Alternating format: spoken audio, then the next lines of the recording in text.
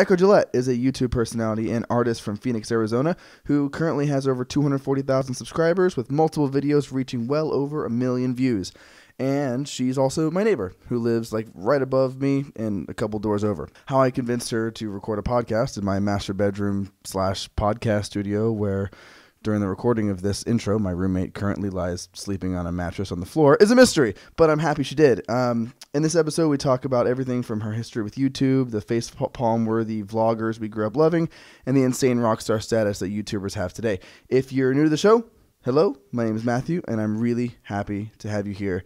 So let's get down into it, right? So without any further ado, please enjoy the lovely Echo Gillette.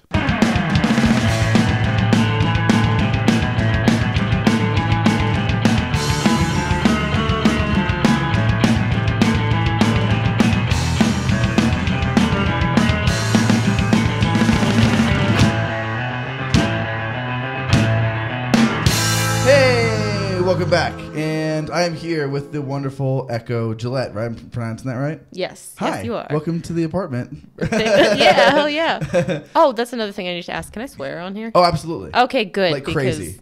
That is good. I Yeah. don't swear on my channel, but in casual conversation, I do swear quite a bit. Yeah, no, I had a guest on. I'm not gonna say which ones they were, but he didn't want to curse on the podcast because his mother doesn't like to hear him cursing. Mm-hmm. So like I didn't know that or like care really necessarily the whole time. So that podcast.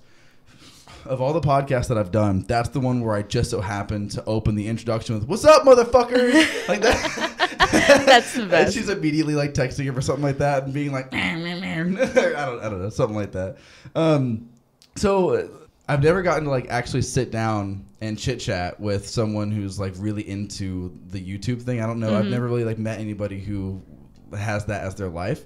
So I'm kind of excited to just like geek out for a second because I was a huge YouTube like nerd growing up, and I looked up to a bunch of YouTubers like in like the late 2000s, early 2010s. Yeah. Like who were you watching like when you first got like introduced to it?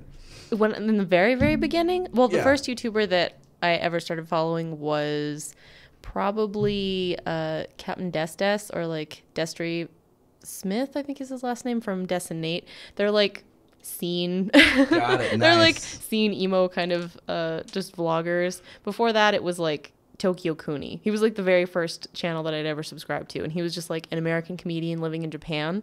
So all of his vlog style was hilarious, and I was like obsessed with Japan too. That's the thing about YouTube is you can have like so many people who are so popular but still like so many, like for me, like I don't know who those people are. Dude, but, YouTube is like, huge, exactly, and it's just getting bigger too. Yeah, like it's a weird job. It's a really weird job. It must be a weird job. I have a difficult time explaining it to people, so a lot of the time I'll just call myself a video editor. Yeah, because people can wrap their heads around that, but saying like, "Oh yeah, I upload videos to YouTube for a living," confuses people. Well, I remember that when Dylan, my roommate, which is how we got how we met each other. Was like, oh yeah, she's a video editor, and there's another guy there who like makes like masks and stuff or something like that. And I was like, oh, that's cool. And then you and me ran into each other, and I was like, oh yeah, I'm gonna add her on Facebook. And my girlfriend was the one in the car. She looked your name up, and she's like, whoa, why is there? She has all these like stock photo looking things on the internet, and she looked her up, and she was like, oh my fucking god, like she's like really popular, like YouTuber. What the hell? It's so weird because I've been kind of like desensitized to the numbers, so I forget that like I don't know, like 250,000 of followers is like really huge to a lot of people. Yeah. Just because also like the friend group that I've kind of like I meet more people who have like followings my size, so it starts to feel normal even though it's really not. You forget the perspective. Like you forget how it used to look when you didn't have that.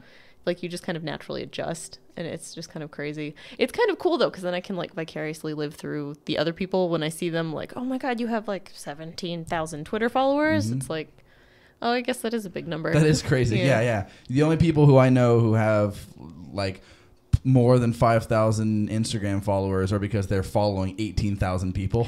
Yeah, I've run into those accounts before. Those can be kind of a little bit annoying, a little bit. It's an interesting, I mean, it's a way to expand your whatever it is that you're moving, whether it's your art or whatever, because like it does work, Like, yeah. there's people who have followed me who I followed back, and I ended up becoming a huge fan of theirs. But it's so easy to be abused. Yeah, it's easy to like feel insincere too, like to have or to just have insincere followers, if that makes any sense. Oh yeah, totally. I have a lot of followers who are like, I know there's a person clicking the follow button, but it just looks like a business account or a fake like buy used cars. Yeah, or one of those accounts that people don't actually use for anything. It's just like a random like promotional kind of thing. Yeah, like for sure. businesses. You know, when we were talking, when I was driving today earlier, I was thinking about like the podcast that we were going to be having today, and a couple names like from YouTube popped into my head from back in the day, and I wanted to run by you to see if you like know them or remember them. Dude, this will be like good quiz because I'm like pretty deep into YouTube. So okay, cool. Hopefully I'll remember. Most of this, like I said, late 2000s, early 2010s. So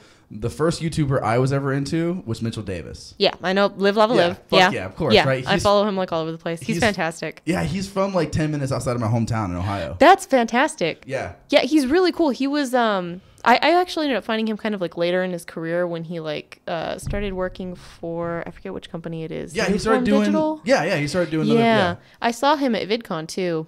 He would not know who I am, but I know who he is. Yeah, I loved like all of those his like the scene looking like hair that was going on back then. Yeah, see, that's just like same as Dexter Smith. He's kind of like that kind of like YouTuber. Yeah. Yeah. Yeah, he was great. I remember watching one of his videos. I didn't know where he lived, but I watched one of his videos once. And I was like, dude, that's the mall that I go to. Like, what the hell? And then I ended up doing some networking with the other friends. And like, oh, yeah, dude, I totally, like, he lives, like, right down the street from me or something like that. It's so crazy. I've had that kind of thing happen, too, before. There was a person who, when I was going to university, who lived, like, the floor above us. And he was vlogging his entire college experience. And so, you know, like, it leaks throughout the campus because people are like, oh, my God, he's doing this thing. And it's like, what had happened? I drew pictures of them just for the hell of it because I thought it was kind of funny, and then like taped them to their door, and they were like, "We got fan art." And it was hilarious because I was like, if I do this, he'll put it in his vlog. That is so. It was just kind of funny. I don't think he ever. Yeah, he has no idea it's from me, but I just thought that was kind of hilarious. So is he popular? Not super, just around the campus though. Like he became like campus infamous or whatever. Yeah, that makes sense. Yeah. Or campus famous. There we go. Yeah. Infamous is negative fame. So yeah. Yes, famous. yeah, exactly. Yeah, negative fame. That's why I always think of J. Jonah Jameson in Spider-Man, where he says, "I'll make him infamous." Yeah. When I was like 8 years old, I was like, "What's the difference? I don't understand what that means." Like famous for all the wrong reasons. Yeah. No, he was really cool though. The only YouTuber that I like still follow today is the Needle Drop, just like the music reviews. Anthony Fantano. Anthony Fantano, the name sounds familiar, but I don't know. He's like the bald hipster dude who does all the music reviews on YouTube. He's cool. But like to go. Oh wait, I think I know who he is. Does he do like top 10 videos every now and then, or like a solid he has chunk list of time? weeks and like he'll do I know who he is. But then I was really into. I'm trying to find like embarrassing ones that I like CTFXE, Charles Trippy and his wife. No, I don't know them. Obviously Rhett and Link. Rhett and Link. Everyone knows Rhett and Link. Make Me Bad. Do you remember him? I don't know this one. See, I'm trying to think. Like that's the thing about YouTube. I had a feeling that it's huge. Yeah. I followed Amazing Atheist for a while. Yeah, same. But in college, drifted away from his content. Yeah. Eventually, I was like, it's like you're not. I feel like his subjects also changed. Like his channel just doesn't feel like it's the same. I haven't even checked in years. I haven't either. It became to a point where it was just too anti all the time. Yeah. And I was like, even as a pissed off like teenager, I think maybe I stopped watching. I was probably my early 20 when I stopped watching ish. And I was like, I was a negative person. And even as a negative person, I was like, shut up. Yeah. See, like I watched a bunch of like kind of like those kind of videos when I was in mid university. So like early 20s kind of stuff. Mm-hmm. Yeah. I mean that's because that's the age where you can like take your teenage angst and form it into a like steadfast philosophy, like this is who I am, and then you get a little older and that stuff kind of goes away. Yeah, you like, just kind of chill out. Yeah, exactly. That's what early 20s. I'm 24, so I'm starting to go into the mid 20s. Mm-hmm. Yeah, I'm 26, which is strange. I was I've brought this up in a video before. I am 6 months older than the internet. Oh, really? Before the publicly accessible internet was released in August of 1991. That's a great fact. Yeah, I love it because I can, when I'm an little old lady, I get to like yell at I was older than the internet. There was no internet when I was born. That's wonderful. Yeah, it's kind of ridiculous. It's like a cool little fact about it. And then I also have a friend who was born on the day that the internet is like considered to be like publicly born, if that makes any sense. Yeah, that makes sense. But yeah. Yeah, my earliest internet stuff was like, I remember I have a memory of my dad illegally downloading music for the first time I've ever seen it. It was like pre-Napster. He just found some file sharing website in like 2003 or something like that, and it took like an hour and a half to download like 2 shitty Cinderella songs. Yeah. What was the first one that I think the first that my sister and I had ever figured out, because we didn't really have that like friends and stuff with internet access that much, so we had to just kind of figure it out on our own. We had LimeWire for a while. Oh, LimeWire was my life. She used to use LimeWire a lot. But yeah, then that all like died out and everything. That was hopefully the statute of limitations on that. Yeah, I know, right? Because it's like it was years ago, like in early internet days. No one knew. It was the Wild West. Yeah, we were like, internet. God, we had to have been like 13, 12. She would have been like, same 11, 12. Yeah. Little kids. That's how still to this day though. Some of the music that I listen to now is like those 3 songs that I downloaded from LimeWire years ago. I have like a massive folder full of just like the music that I've accumulated throughout my life. Oh, really? And it's like a bunch of them are like really old like sound bites and stuff, or like things from videos that I found that I really liked. I remember doing the YouTube to MP3 converters. Yeah. I used those for a while too. The quality is not the same. Oh, it's bad. It's bad quality. Especially, I'm not. I don't have enough money to call myself an audiophile, but I'm like an aspiring audiophile. Yeah. So when I hear those, like I had a friend who would only do that for all of his music, and I was always just like, dude, there's like at least like maybe not Spotify, but there's at least Pandora. Like, come on. Yeah, music is. I feel like weirdly enough, I don't listen to as much music as I probably should. Wait, what do you listen to? It's all over the place. It's an awful question. Yeah, it's a weird thing because it's like for me, it's not any kind of specific genre. It's like a bunch of individual songs that I find. Also, lots of YouTube music. So like, do you know Dodie Clark? Mm-mm. She's a British YouTuber, and she's like a musician YouTuber. She makes a lot of really cool like very like calming soft music. And then also Panic at the Disco. Oh, I love Panic at the Disco. Panic at the Disco's great. Yeah. It's like Panic at the Disco is probably the only band that I really know like albums and like song titles of. Usually like if I'm listening to a full album, I'll never learn the song titles. I'll just know that like all the words and stuff. But Panic at the Disco is one of the very few that I know a lot of their work. Panic at the Disco is interesting because like they in the circles that I run in, which is like as you are very deeply into YouTube, I'm very, very, very deeply into like the indie scene or music scene or whatever. Yeah. So the people that I hang around with, they're never going to hear a nice word about bands like Panic at the Disco because it's just like the popular or whatever. Or they were. But I will always, like I will die on the hill of their first album. Fever You Can't Sweat Out is a great record. I still to this day will always say like it's half of it is like pretty cool pop music, but the other half is like crazy avant cabaret fun wild music, and I feel like because of their hits they'll never ever receive the accolades and the proper acknowledgement for how great that album actually was. It's like my favorite song from Panic at the Disco is Hurricane, and no one knows what that song is. No one knows what Hurricane is because they put out like, how many albums and no one really they put like one single off each album and then except for what is it this newest one they came out with Death of a Bachelor. They play like almost all of the songs on the radio they constantly. Got a resurgence. I think it's a lot of that has to do with Brendan Urie's like internet persona. People love him. He's got a good personality for it. He does. And personality is important His nowadays. vines are hilarious. His little like 5-second things. Or have you seen the clip of him just getting pissed off over and over again every time I've Write Since Not Tragedies comes on live? No. There's a video. There's a compilation of like, I don't know, maybe a dozen or so times live where he's doing I Write Since Not Tragedies, and halfway through the song, he's like, I fucking hate this song. And then, like, jump right back into it. That's so beautiful. That's awesome. Beautiful. Oh, that makes me happy. I have not seen that. I've seen random like compilations of people taking like the funny clips and things of just stuff he does as a dorky human being. Yeah. Like, I don't know, just like riding a skateboard on his back, like across, or like getting on stage by like running through the crowd, and the security is just like, no, don't do that. Yeah. Yeah. He's one of those guys who is just, it's unfair that he can be so talented, so charming, and so good likable, looking at the same time. freaking, yeah. Yeah. He's he just got all of the good things all at once, and it's like, I don't understand it. God damn it. So what was I know. What was some of like the first videos like that you first started making? Ever? Okay. There was what is it? I have I guess 3, maybe 4 channelversaries, or like times that I consider myself starting YouTube, if that makes any sense. Because there was the very first account that I ever made, which I want to say was in 2007. And I think YouTube started in either 2005 or 2006. So I treasure that account because it's like a legacy account.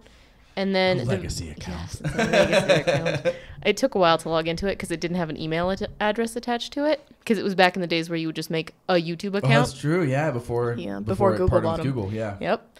And so I actually had to like attach it to emails and stuff. But so that's when I consider like myself for starting YouTube, if that makes any sense. And then after that, the first video I had uploaded ever was in, I think it was December 2007. So it's me in high school, and it's the stupidest, like most low quality thing. It has like the old boxy ratio and like I'd filmed it on the really good camera for the time, but the time was 2007. So this was like a decade ago, and it looks like I filmed it on a potato, and it's just like, it's so bad. And I was sick when I filmed it too. And it was like a birthday present for my sister, where I was just like putting paper onto a wall, and it uses like copyrighted music and stuff. Of course. And it was just, it's like the worst thing ever. But I just left it there because it's like the first video of myself that I ever put on YouTube. I love it when you find out that your friends like uploaded random YouTube videos in high school and that they're still there, because it's like, they are always so bad. I was They're always like that kid though. Like ever. I grew up in a really small farm town in Ohio, and I was the most easily recognizable kid in town because I had really long blonde hair, and I was always carrying a camera. It was like a boxy camera that you could put the mini DVDs inside of. And those were fancy. Those were very fancy. And I was always around somewhere trying to start some kind of like junior jackass like stuff. You know what I mean? So everyone always knew like, oh, it's that kid with the camera again. Like, because I was always out with this giant thing on my hand. I can't imagine what trouble I would have been into now with a iPhone. Yeah. Oh my God, kids with iPhones. I feel bad. Like at least my girlfriend's younger brother is like 15, and he's doing all this stupid stuff with his phone, and I'm just like, it's like, that's all permanently on the internet. You're not gonna get rid of that. Even Snapchat is gonna exist somewhere, right? Isn't that what they say? Like Snapchat doesn't go away. Yeah. So like they alert you now when people screenshot stuff, which is nice. Which is really cool. So I can go through, and it's like Snapchat is probably the platform that I use the most, and that like one that the most few people, or like the fewest people follow me on. So it's like I have like a couple thousand people who will just watch my Snapchats regularly, and I post constantly, and I can see people Snapchat or like screenshotting them constantly, like all the time. Yeah, it's kind of creepy. Yeah, but it's like I don't mind it, because sometimes I'll point out something like there's like one Snapchat where I think I took a picture of like my tattoo, which I've never shown on the internet before. And so somewhere, I think like 3 people screenshotted it. So somewhere on some people's phones, they have pictures of my tattoos, but it's like, you're the only ones. And if you choose to share it, then it might be there. But it's like, eventually I want to show it in a video and like have the majority of my following see my tattoos. Yeah. But I just think that's funny. So you managed to keep your personal life and your private life pretty separate? Yeah, pretty separate. Okay. I mean, I feel like, at least in the beginning with YouTube, everyone overshares because it's like, no one's looking. And then when later down the line, it's like, yeah, people can go back and see that. Yeah, definitely. Or they're just so excited they want to produce as much content as possible. And it's like a race to like me. So you're posting all the stuff all the time. And yeah, oversharing is definitely a thing. Yeah, there's people who, I guess, like the CTFXC who I used to follow back in the day, was like, they still to this day, I think for 5 or 6 years now, it's daily vlogs. So there's backlogs 5 or 6 years worth of 15-minute videos every single day of these people's lives. Yeah. Which I would consider oversharing. Like, that's a lot. I did that. I've done that before, where I was uploading like every single day when I was first starting YouTube, but it got so intense that I had to stop. And I've privated all of those videos because I turned my second channel into a live streaming channel. Okay, got it. Yeah, so I just hid them all. I don't know if anyone has saved them because they were generally pretty long. Didn't Dan Brown do that? Do you remember him? I don't remember Dan 2.0. Dan I remember 2.0. Dan 2.0 sounds familiar. Yeah, Dan 2.0 was Dan Brown, or he did like he was like Pogo Bat was his YouTube name, and he was really ambitious and did like a Dan 3.0 thing, which was supposed to be like this big revolutionary change, and it just flopped really hard. Yeah. And a lot of it was like, it was more, God, I don't remember it that well. I think he was trying to interact more with the audience by having the audience like make him do things. Yeah. And it just ended up being this crazy shit show that did not work out, and it was this big bummer. And then he's kind of like been working for something else ever since. I feel like it's cool and bad at the same time that YouTubers can fail. If that makes, I don't know if that makes any sense. Yeah, it totally does. But yeah, like I try really hard not to say like, oh, I'm uploading a video at this time, because there's a chance that I won't be able to edit it in time. And it's like, I'm just a human being. There's a solid chance that it won't actually get done. Or servers are messed up. Or yeah, something like that. or That like your happened the other internet like crashes or whatever. So yeah, the lines around here aren't too awesome when it comes to internet. I mean, at least over here. So, like, what kind of gear were you using at that point? Oh God, when I first started, well, when I did like the really old video, it was just like, I want to say it was like $100-something, but it was like a camera that I bought at like an Ace Hardware or something. Nice. It was fancy for the time, but it's so garbage now. Yeah. When I first started like doing YouTube consistently, that was in 2014, and I was doing that with my iPhone, which at the time was already outdated. And then I would take my nightstands and I would just stack them because I didn't have a tripod. Nice. I would just stack up my nightstands because originally I was like standing for my videos. So I would do that, and then I'd have like books, and I bought like one of those teeny ridiculous GorillaPod tripods for your phone. That was like my first mini investment. And then everything, like the audio, the video, all came from my iPhone. So it sounded terrible. The first real equipment that I invested in was a microphone. Because like people will get past video, but audio can. No, yeah, absolutely. Audio is so important. Yeah, it is. So like, what kind of mic would you get? The first microphone that I ever had was a Zoom H1. Oh yeah, I have it's in here somewhere. I have a Zoom H4. Yeah. Which was like the best. I bought that in like 2011, and it still works. Yeah. It's still awesome, and I use it for all kinds of stuff all the time. I'll use it for like maybe every once in a while. If I do like a solo episode, I'll just like put it in front of me and use it because it's such high quality, and I don't need all this stuff. It's great. It's so great. Yeah, I still use it, and that's the next thing that I'm buying in terms of like my big equipment eventually is to update the microphone to something even better. But it's such a good microphone, and it's lasted me for so long. Those are amazing. Yeah, they're really good. So obviously, like you're stacking all these things on top of each other. You have a drive to do this. What is it? What is it? Like, what made you so invested in doing this? Oh, in the beginning, I feel like YouTuber is kind of like the new rock star. It's like people used to want to be rock stars. Now people want to be YouTubers, and in the beginning. There was a lot of things. I followed a lot of YouTubers and I looked up to a lot of them, and I guess I just wanted to be like them. And then it kind of ended up turning into like a community. So now I end up doing it for like the people that I follow, and I almost have like this like bittersweet feeling towards like the YouTubers and YouTube itself and like the business aspect of it. So at this point, it's mainly just being able to hang out with like the people that I have. Yeah, so like I'm trying to do more things where I can actually interact with my audience more. Like we're making like original characters and things. So on my live streams, I'll like have them help me put together a survey, and then I'll let all of my followers like vote on the survey, and then based on the different characteristics that they pick, I'll draw something around those. Okay, cool. Yeah, so I guess I'd say my followers, which is so cheesy. No, it's not. It's like, it's so freaking cheesy. I do it for my fans. I do it for the followers. So speaking of followers, like I know you mentioned earlier that you do keep the two things a little bit like separate. So which is why it's interesting to me that you put out a really personal video. Oh, do you mean the mental health one that I did recently? Yeah, that's one. Like a lot of YouTubers come forward kind of about having mental health issues, partially to help remove the stigma around it, because I don't know, I feel like a lot of people have kind of like negative views on things like depression, or they don't believe that they exist, which is a really big problem. You can just walk it off or get over it. Or it's like, oh, you're just sad. You just need to, like, I don't know, you have some food or something. But it's like, no, it's like a... some food or something. Just eat a Snickers. You'll feel better.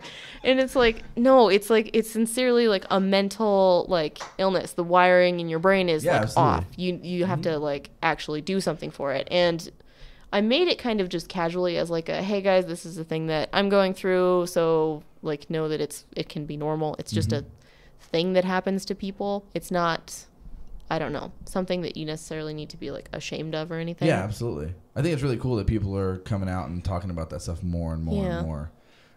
It's really important. Like I talked about in one of the last episodes that I did too, just about like, for me it was more of just like, I wanted to talk about just like when I was 15, I was like in a psychiatric hospital and for like for anxiety and stuff like that and depression and whatnot. And there was a lot of music that I was listening to at that time. Some of it regrettably bad, of course, because I was 15. Some of it good. And I just kind of wanted to put it all out like on Front Street and just talk about it because I think it's an interesting thing. And it's the thing about going through any kind of struggle or trauma is that it's quintessential to who you are now. It is. It really, really is. If you're following somebody and you want to hear what they have to say, that's a really important piece of the puzzle.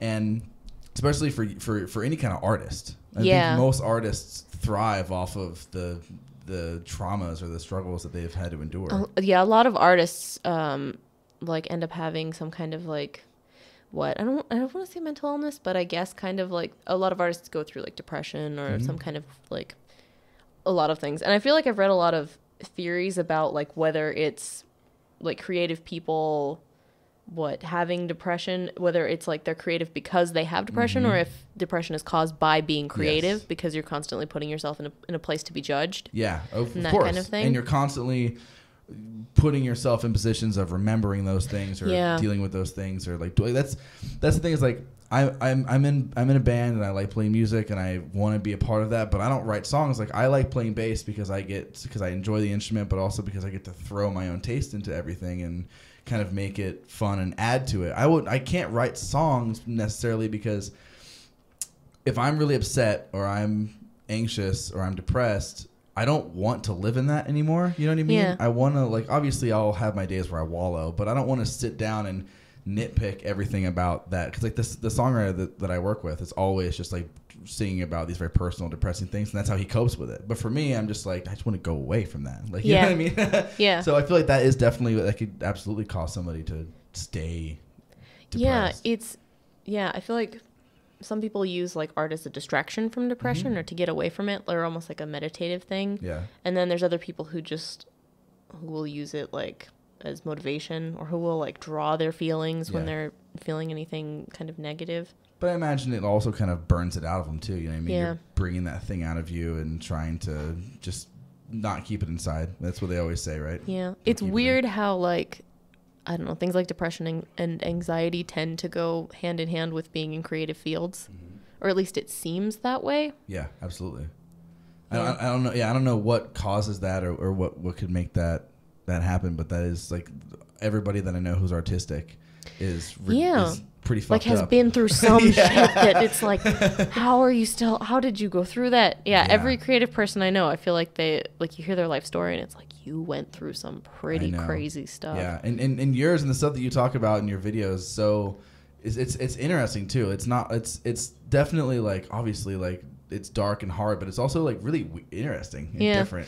Out of curiosity, what videos of mine have you watched? So I watched a couple of the drawing, of your drawing videos, but the one that I really loved the most was the one about like moving out with your sister and all all that stuff. I thought that was really, really interesting. I was floored by that. I thought it was awesome. Oh, thank you. And your sister is who I met the other day, right? Who you still live with? Yeah. We live now we live together. I've moved in with her now that I've gotten back to the States, and it's me, her, her husband, and then also our other roommate Matt.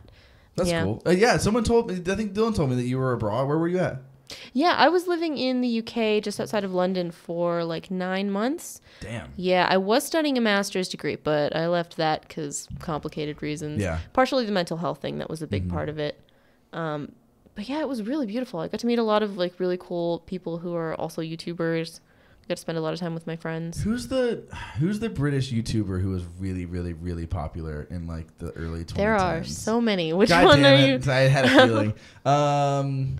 Charlie is so cool like? Oh yeah, I know Charlie is so cool like. He's cool. I don't know him personally, but I know of him. That was another he was huge one really, I watched. really huge in like 2010, 2011. Yeah, I remember watching him in the dorms. He was so funny. He was one of those guys I loved. Yeah, he was. Yeah, do you remember when he painted himself purple? Yeah, that was really cool. I think so, yeah. He was just one of those dudes I could just watch go off and just rant about whatever. He was fantastic. Like his videos were just very enjoyable to watch. And also like I love watching British YouTubers just because of the accent. Yeah. Well, that makes sense. It's a pretty accent. Yeah. Although I'm slowly like losing my ability to hear it after having lived in the UK for so long. I wondered if that would happen if you lived somewhere else like that. It's weird. Like I feel like you don't pick it up because like I know some people who are American who live there for extended periods of time and like their vowels will soften a little bit, but it's never like a full on like British accent. But like I'm slowly losing my ability to hear it. It's just like becoming normal, if that makes any sense, especially with all the British YouTubers I watch. It's almost like completely gone. Sometimes I forget that you would even, like if someone asked you, like if someone said that they're from America, you wouldn't even think about it because it's just like I can't even like, or someone will be talking to me and then I'll realize they have a British accent. Yeah, but it'll fly over my head. Yeah, that makes sense. I can totally see that happening.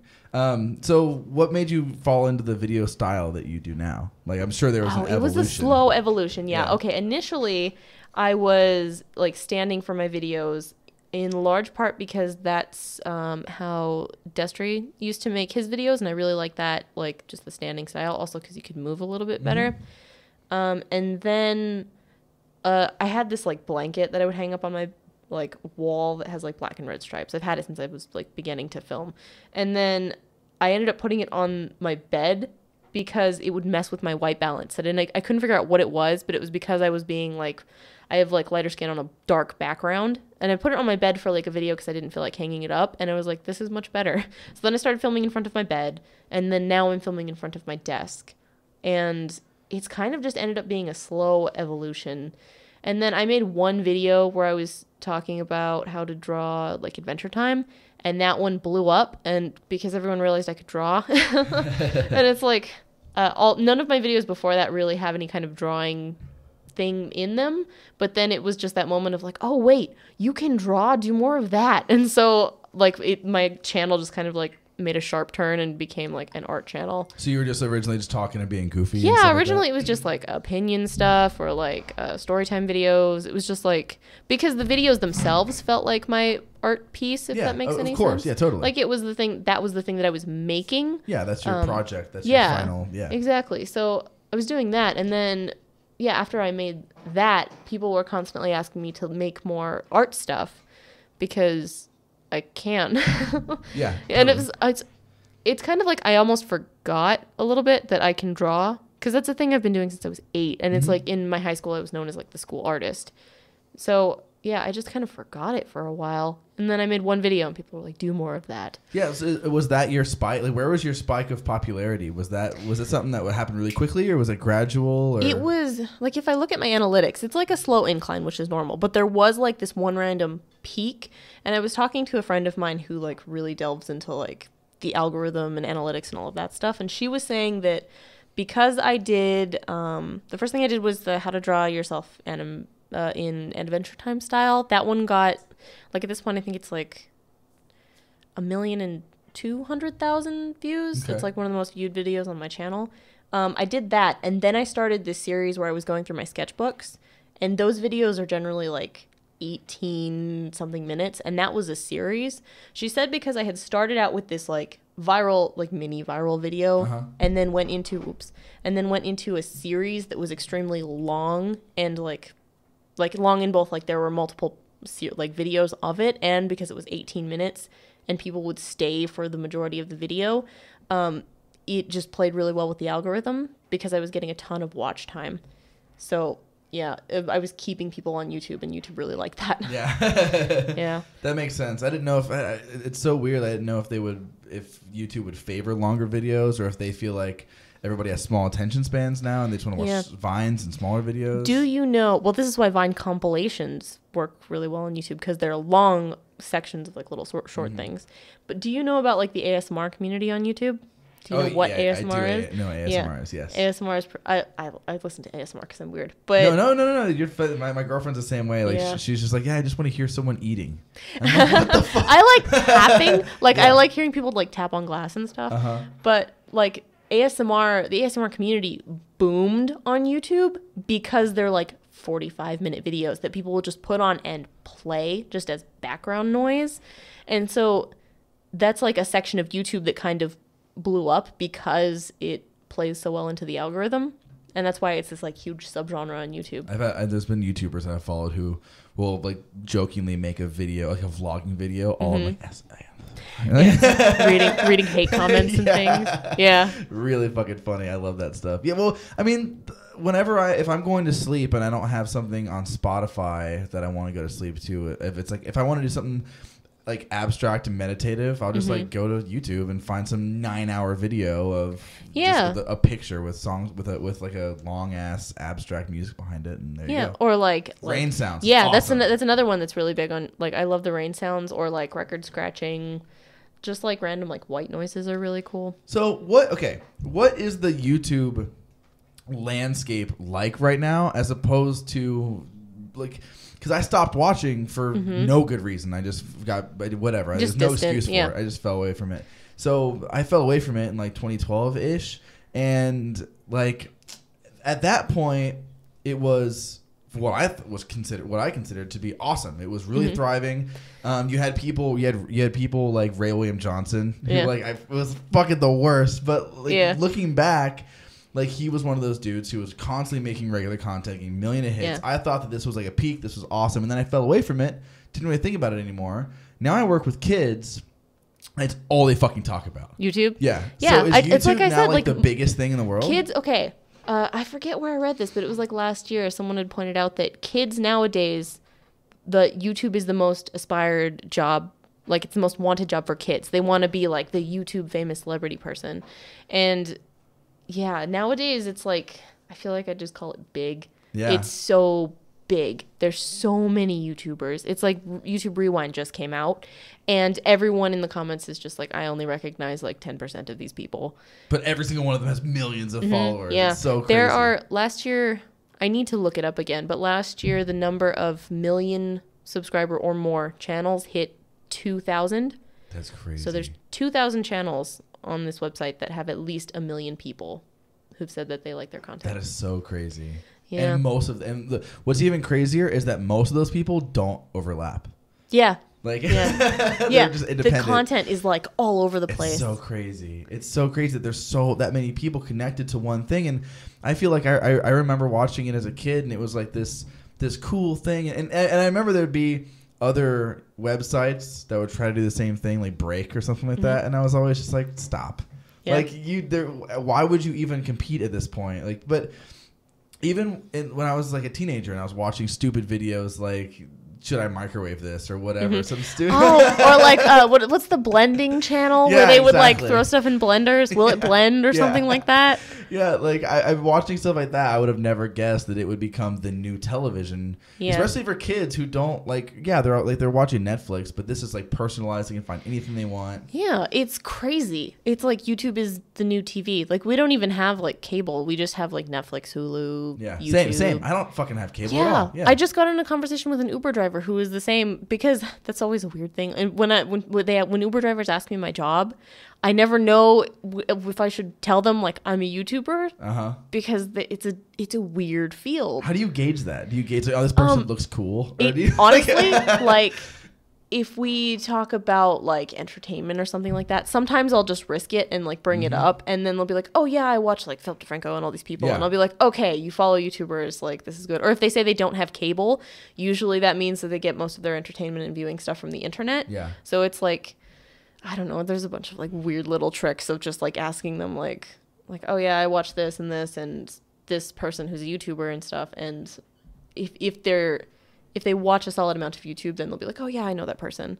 Yeah. But I'll try and like name like surface level people that everyone knows about. Yeah, like See, I'm so out of the loop that my surface level, like, really famous people are like Shane Dawson. Like, you know what I mean? Yeah. I don't even know if he does anything anymore. Yeah, he still does. He He's do still stuff? Yeah. not the crazy dramatic skit type stuff that he used to. But he's still around. Definitely, like, not claiming to like it, but that was definitely what I like. I remember him, and I remember obviously Philip DeFranco, and I remember Shane Carl. Shane Carl. Yeah. Was it Shane Carlson? I think it's Shay Carl. Shay. Yeah, that was the big bearded guy, right? Yeah. He's still around, I think. I don't watch his videos, but like I see him all over YouTube, in all kinds of things. Yeah, that's it. But still, like, Philip DeFranco though, what is he? Because I've never really followed him. What does he do that makes him so much bigger than like so many other people? Does he do other stuff? No, I mean, well, he has a vlog channel and stuff, but the main thing is his news, is my understanding of it. His main channel is his news stuff. Gotcha. And he's very upfront about his opinions, so he doesn't, like, state the news and claim to be unbiased about anything. He just, like, blatantly puts out his opinion, agree or disagree, and then you can kind of be like, okay, the way that he's reporting this he might be saying it this way because he feels this way about it.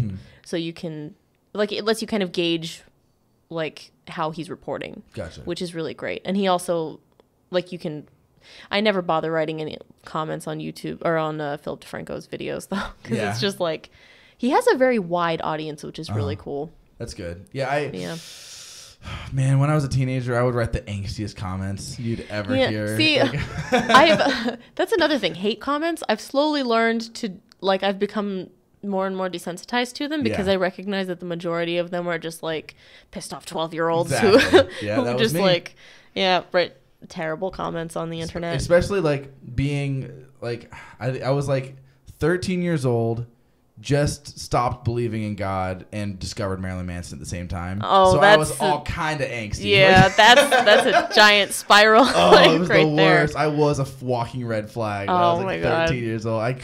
There's nothing I want more in the world than to stay as far away from all of those comments and content as possible. Yeah, like YouTube comments. That's another thing, because YouTubers constantly read their own comments. You have like back administrator stuff where you can see them all like in order based like across your channel. Yeah, so I can see every comment that's posted on my video like in the last hour, in the last 15 minutes, and it's just this massive waterfall of continuous comments, and then next to it shows like what video it's being posted on. So I can just see everyone's comments, and I read them constantly just because that's what you do. You want to find out what videos are working and which ones people are actually watching and being attached to and stuff. I always wondered that. I always wondered, like, what does somebody who gets tens of thousands or plus comments on a video, like, do they just constantly get like messages? Do they like private everything and look when they want to? Like, what do they do? You have to go to it. You have to have all of your notifications turned off because otherwise it blows up your phone. Yeah. Like, there's this really beautiful video of like an Instagram model who turned on her notifications for a second just to show you what it is, and it's just waterfall notifications. Oh, that's crazy. And that's the worst. Like, if you actually look at my phone, it's just a waterfall of notifications constantly. It's like, oh my God, this is why I'm bad at replying. I'm like, this is why I was eventually just like, just take my number, just text me, because it's like, I'm not going to respond to you. Yeah. Because I have like so many different facets of the internet yelling at me at the same time that I just kind of slightly gave up. That sucks. That's like a blessing and a curse. It's a blessing and a curse. Yeah. Like, it's great because I can just go on Twitter and be like, hey guys, I need inspiration for this drawing, or like, help me make this video, and I will within 10 minutes have like hundreds of people being like, okay, here, you should do this. But it's also really difficult because I have like hundreds of YouTube messages, and I've got like thousands of emails, and just every different platform from like Instagram and Tumblr and Twitter and every platform that I use, I have hundreds of messages on because I can't read them all.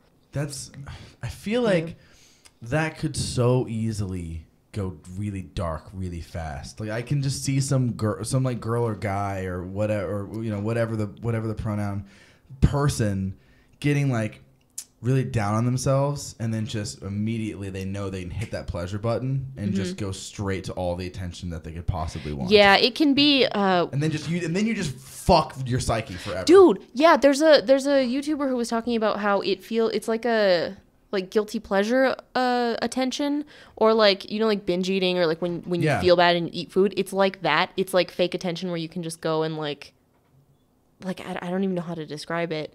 I can't even remember how she described it, but it was like so perfect because it just feels like that instant gratification, and then it just slowly goes away, and it's not. Yeah. The only comments that you actually hear are the mean ones after a while. Of course. Those are really awful. And then you skip through all of the good ones and you just see the bad ones. It's so hard to like. Yeah, you can get like 100 good comments and then like one negative one, and that's the only one that you focus on. Oh yeah, that's the one person in the crowd with their arms crossed becomes the only person that you're ever playing to. Yeah, all the time in all walks of life. The one you've got 18,000 people screaming at you that they love you and that they want your babies all at the same time, and then you've got 2 people with their arms crossed, not impressed, and you can't stop thinking about. Yeah, they're like the only ones, and it's like I don't know. I'm slowly learning to like distance myself from it and just be like, I can't please you. I'm just going to let you be there. But it's hard. It's really difficult. What does extremely negative comments do to somebody who battles mental illness? Like, what does that do to somebody? Ooh, I have to go like too like deep or whatever, dark, but I don't have to worry about it as much because I mostly do like art videos. I'm not doing anything like controversial or anything that people can like. They're not going to like, oh, you shouldn't have drawn that line like that. They're not going to like disagree or get mad at me for that kind of thing. But I have friends who like make political videos or like those kind of like opinionated videos, constant death threats, and it's. Like, I can't even fathom how some of my friends put up with some of the YouTube comments they get. Because, like, I have a fairly good supporting community. And I also, I kind of curate my audience a little bit. Like, I know a lot of YouTubers, particularly American YouTubers, who are against curating your audience or, like, building a community of people who, like, agree with you, if that makes any sense. Because I feel like a lot of American YouTubers are just kind of like, I should just be entertaining. Yes. And anyone should be able to enjoy this, whether or not they agree with my opinion on certain things. But other people will, I feel like more British YouTubers, they'll kind of openly talk about their opinions on things because they want to build kind of like a community of people. Of course. You want to vet. You want to kind of filter. Exactly. That's exactly what it is. So, like, every now and then in some of my videos, I'll do something like just acknowledging non-binary genders. It'll be like a half-second thing, and I'll lose like 2,500 subscribers just like from one video in like one day, and it's just because I said like, yes, non-binary people exist, and people will get pissed off at that. But it's like little things that I'll introduce into my videos instead of just like, here are all of my opinions at once. So just like little things of like, this is the kind of person I am, so if you don't like that, you should probably go watch someone else. Strategizing expression. It's so strange. It's very weird. I run in the same thing with being in a band, is we have to strategize how we're going to express ourselves. It's very weird. There's a lot of strategy involved. It is. I do slightly curate my audience. Yeah. But I mean, but that's what you want. You don't want a bunch of people who you disagree with to be surrounding you. Because you end up with the constant hate comments. You end up with a lot of like really terrible things if you don't kind of like at least slightly curate your audience. Yeah, well, I mean, that's what everybody wants. Everybody wants a community. Yeah, and like I'll get respectful like constructive criticism, and that's awesome. That's totally welcome. But it's usually by like people who they won't be rude about it. They'll just be like, oh, I don't really think that this is like that, or I feel like the way that you were talking about this drawing was kind of like insensitive for this reason, and I'll be like, okay, that makes sense. I can understand that. Gotcha. Yeah. Yeah, that's. That's the other thing too, is you can go so far the other way into oversensitivity. Yeah. Real fast. It's like a weird balance. Yeah. It's like a constant balance. But what's even worse than that is you have to be like, okay, so I want to be myself. I want to have my own opinions, and I want to stand up for the things that I believe in. But I don't want to go so open that I completely ostracize pieces of my audience. But I also don't want to be like Jay Leno in the middle who has no opinions. Yeah, or like Taylor Swift who refuses to acknowledge any kind of opinion whatsoever. Well, exactly, because some lawyer is always like speaking in her ear. So it's like, how do I show you who I am painted in this way so that it's the whole thing is one of the weirdest ways to live, like in entertainment, I feel like. It can be very difficult. It's kind of cool though. It's like I was thinking about this earlier. Awesome. Like I have a friend who like they're very much an activist, and so they're constantly telling everyone to like CC their videos for like people who are deaf so that they can still watch videos and read them. Very cool. But it's something that takes like hours because I've got a massive backlog of videos that I have to do, and I've been trying to like chisel into it, but it's not, it can't be my main focus. Like I want to care for everyone, but I can't, like I don't have the time. But the minute you don't do that, you're an ableist scum and like, I'm trying.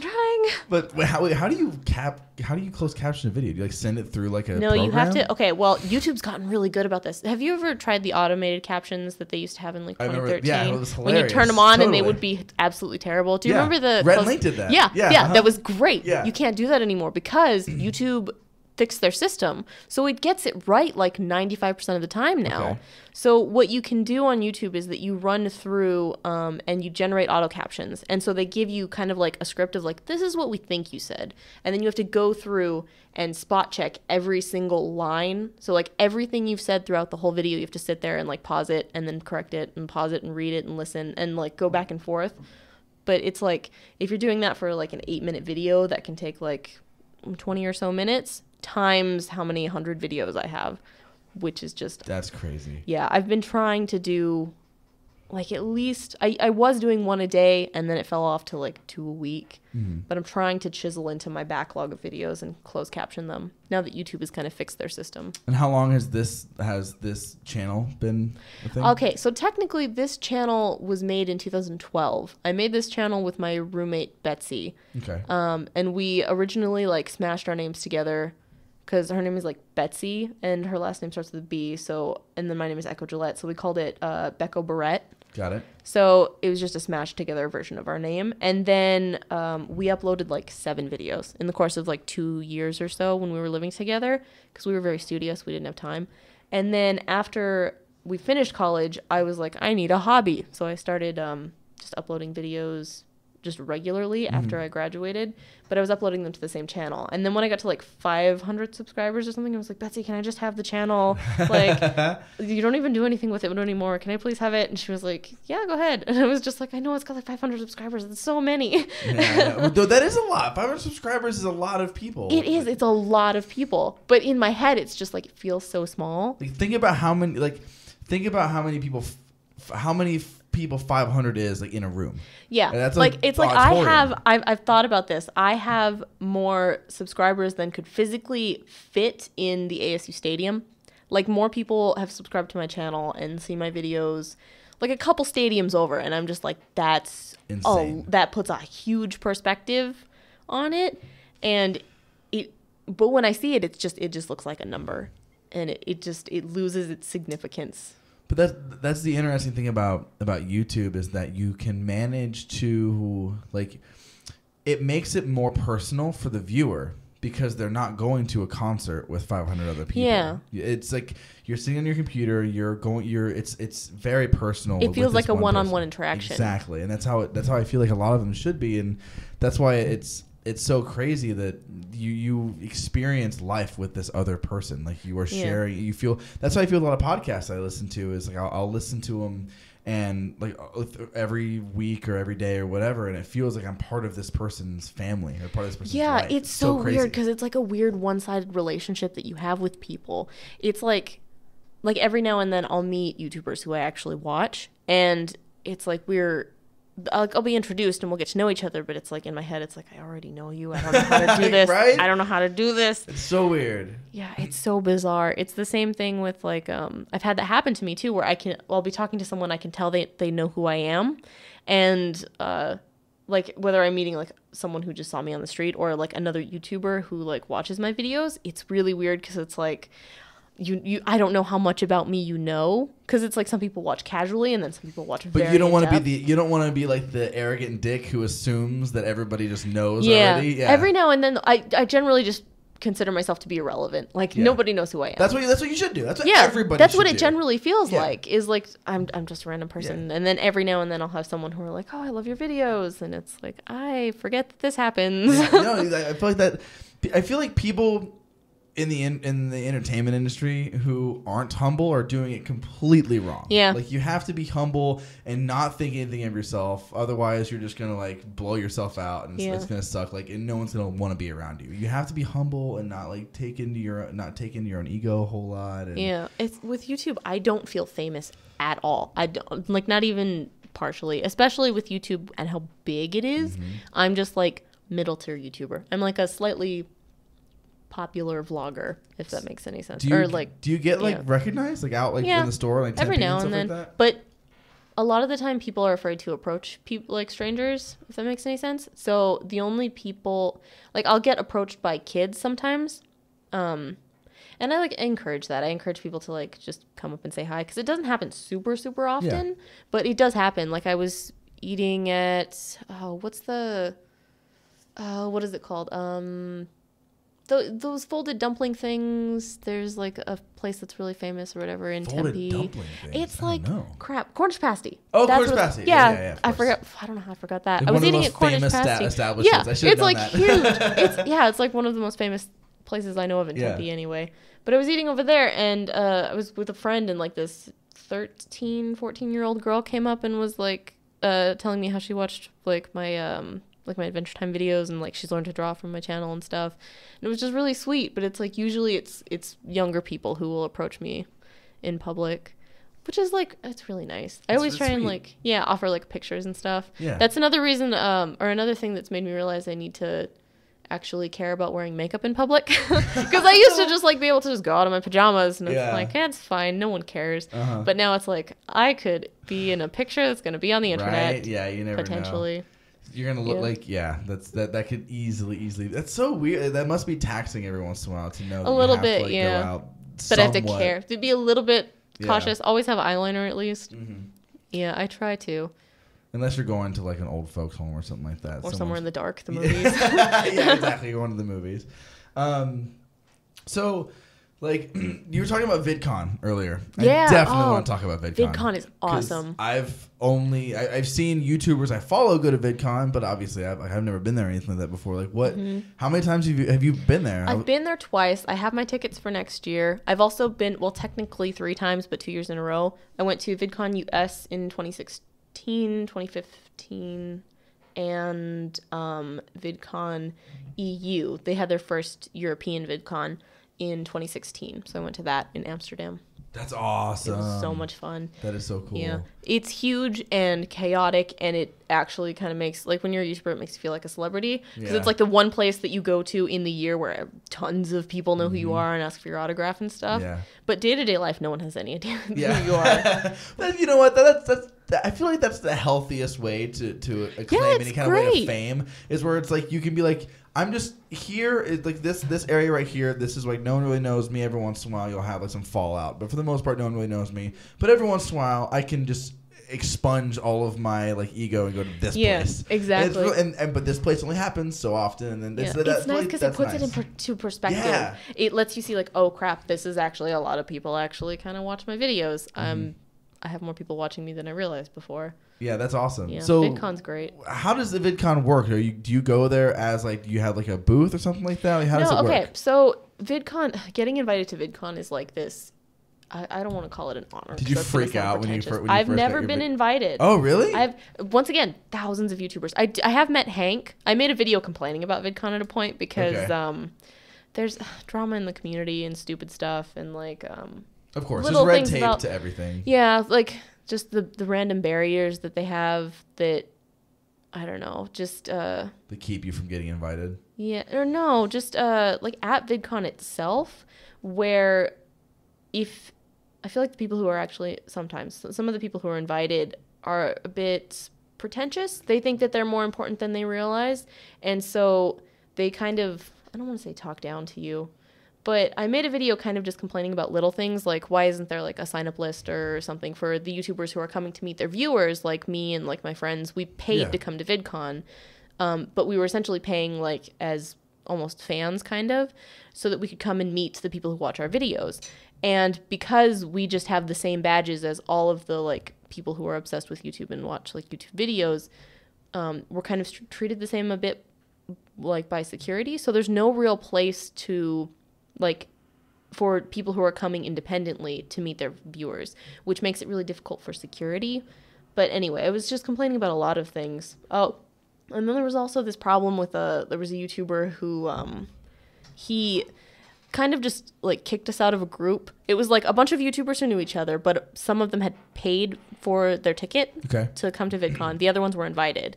We asked for a table big enough for everyone, and then another YouTuber thought that we weren't sitting with them because we didn't have like the yellow badges, which are like the big fancy, like you were invited to VidCon ones. So he asked for a smaller table. And then the smaller table was ready first, so we couldn't sit with them. Got it. So we just got kicked out of this, and it was just, because of just this guy embracing the hierarchy of YouTube, and it was just stupid little things like that happened. So I made a video complaining about it, and then Hank Green, who's like the, of course, the Vlogbrothers, right? He's the guy who made the guy behind VidCon. He reached out to me and asked me like, what can we do to improve? Which I love that he did that. Like, I actually got to like have a Skype conversation with him and be like, I would really appreciate it if this and this could be there. And he was like, okay, cool. What do you think about like this idea? And it was really cool. That's awesome. Yeah, I might actually like improve it. It's so funny. Like I've had friends over time who read the books, right? Is it Hank Green that writes the books? Or no, is John Green. Yeah, John Green writes the books. So I remember being a kid and watching YouTube videos and just knowing them as YouTubers, and then all of a sudden it's like, oh yeah, this is an author. And it's like, no, I remember when when he was talking about writing books back in the day. And now those books are like the most, like there's not a 14-year-old girl like in America who doesn't have like a John Green book. Fault in Our Stars and that kind of thing. Yeah, or boy, I guess, whatever. Yeah, but like it's all his books are really popular. Like he's a really good author. I know a lot of YouTubers who are very, not very, but like some YouTubers who are kind of like jealous of him because he's an author who does YouTube instead of like a YouTuber who writes books. Like because he's very successful as an author. Yeah, of course. And like I know some people who are, they want something like that where they can have, like some other profession, like me being like an artist YouTuber. Like I'm like a YouTuber who does art more so than like an artist who does YouTube. Yeah. Is that like a genre kind of? Yeah, it's a subgenre on YouTube.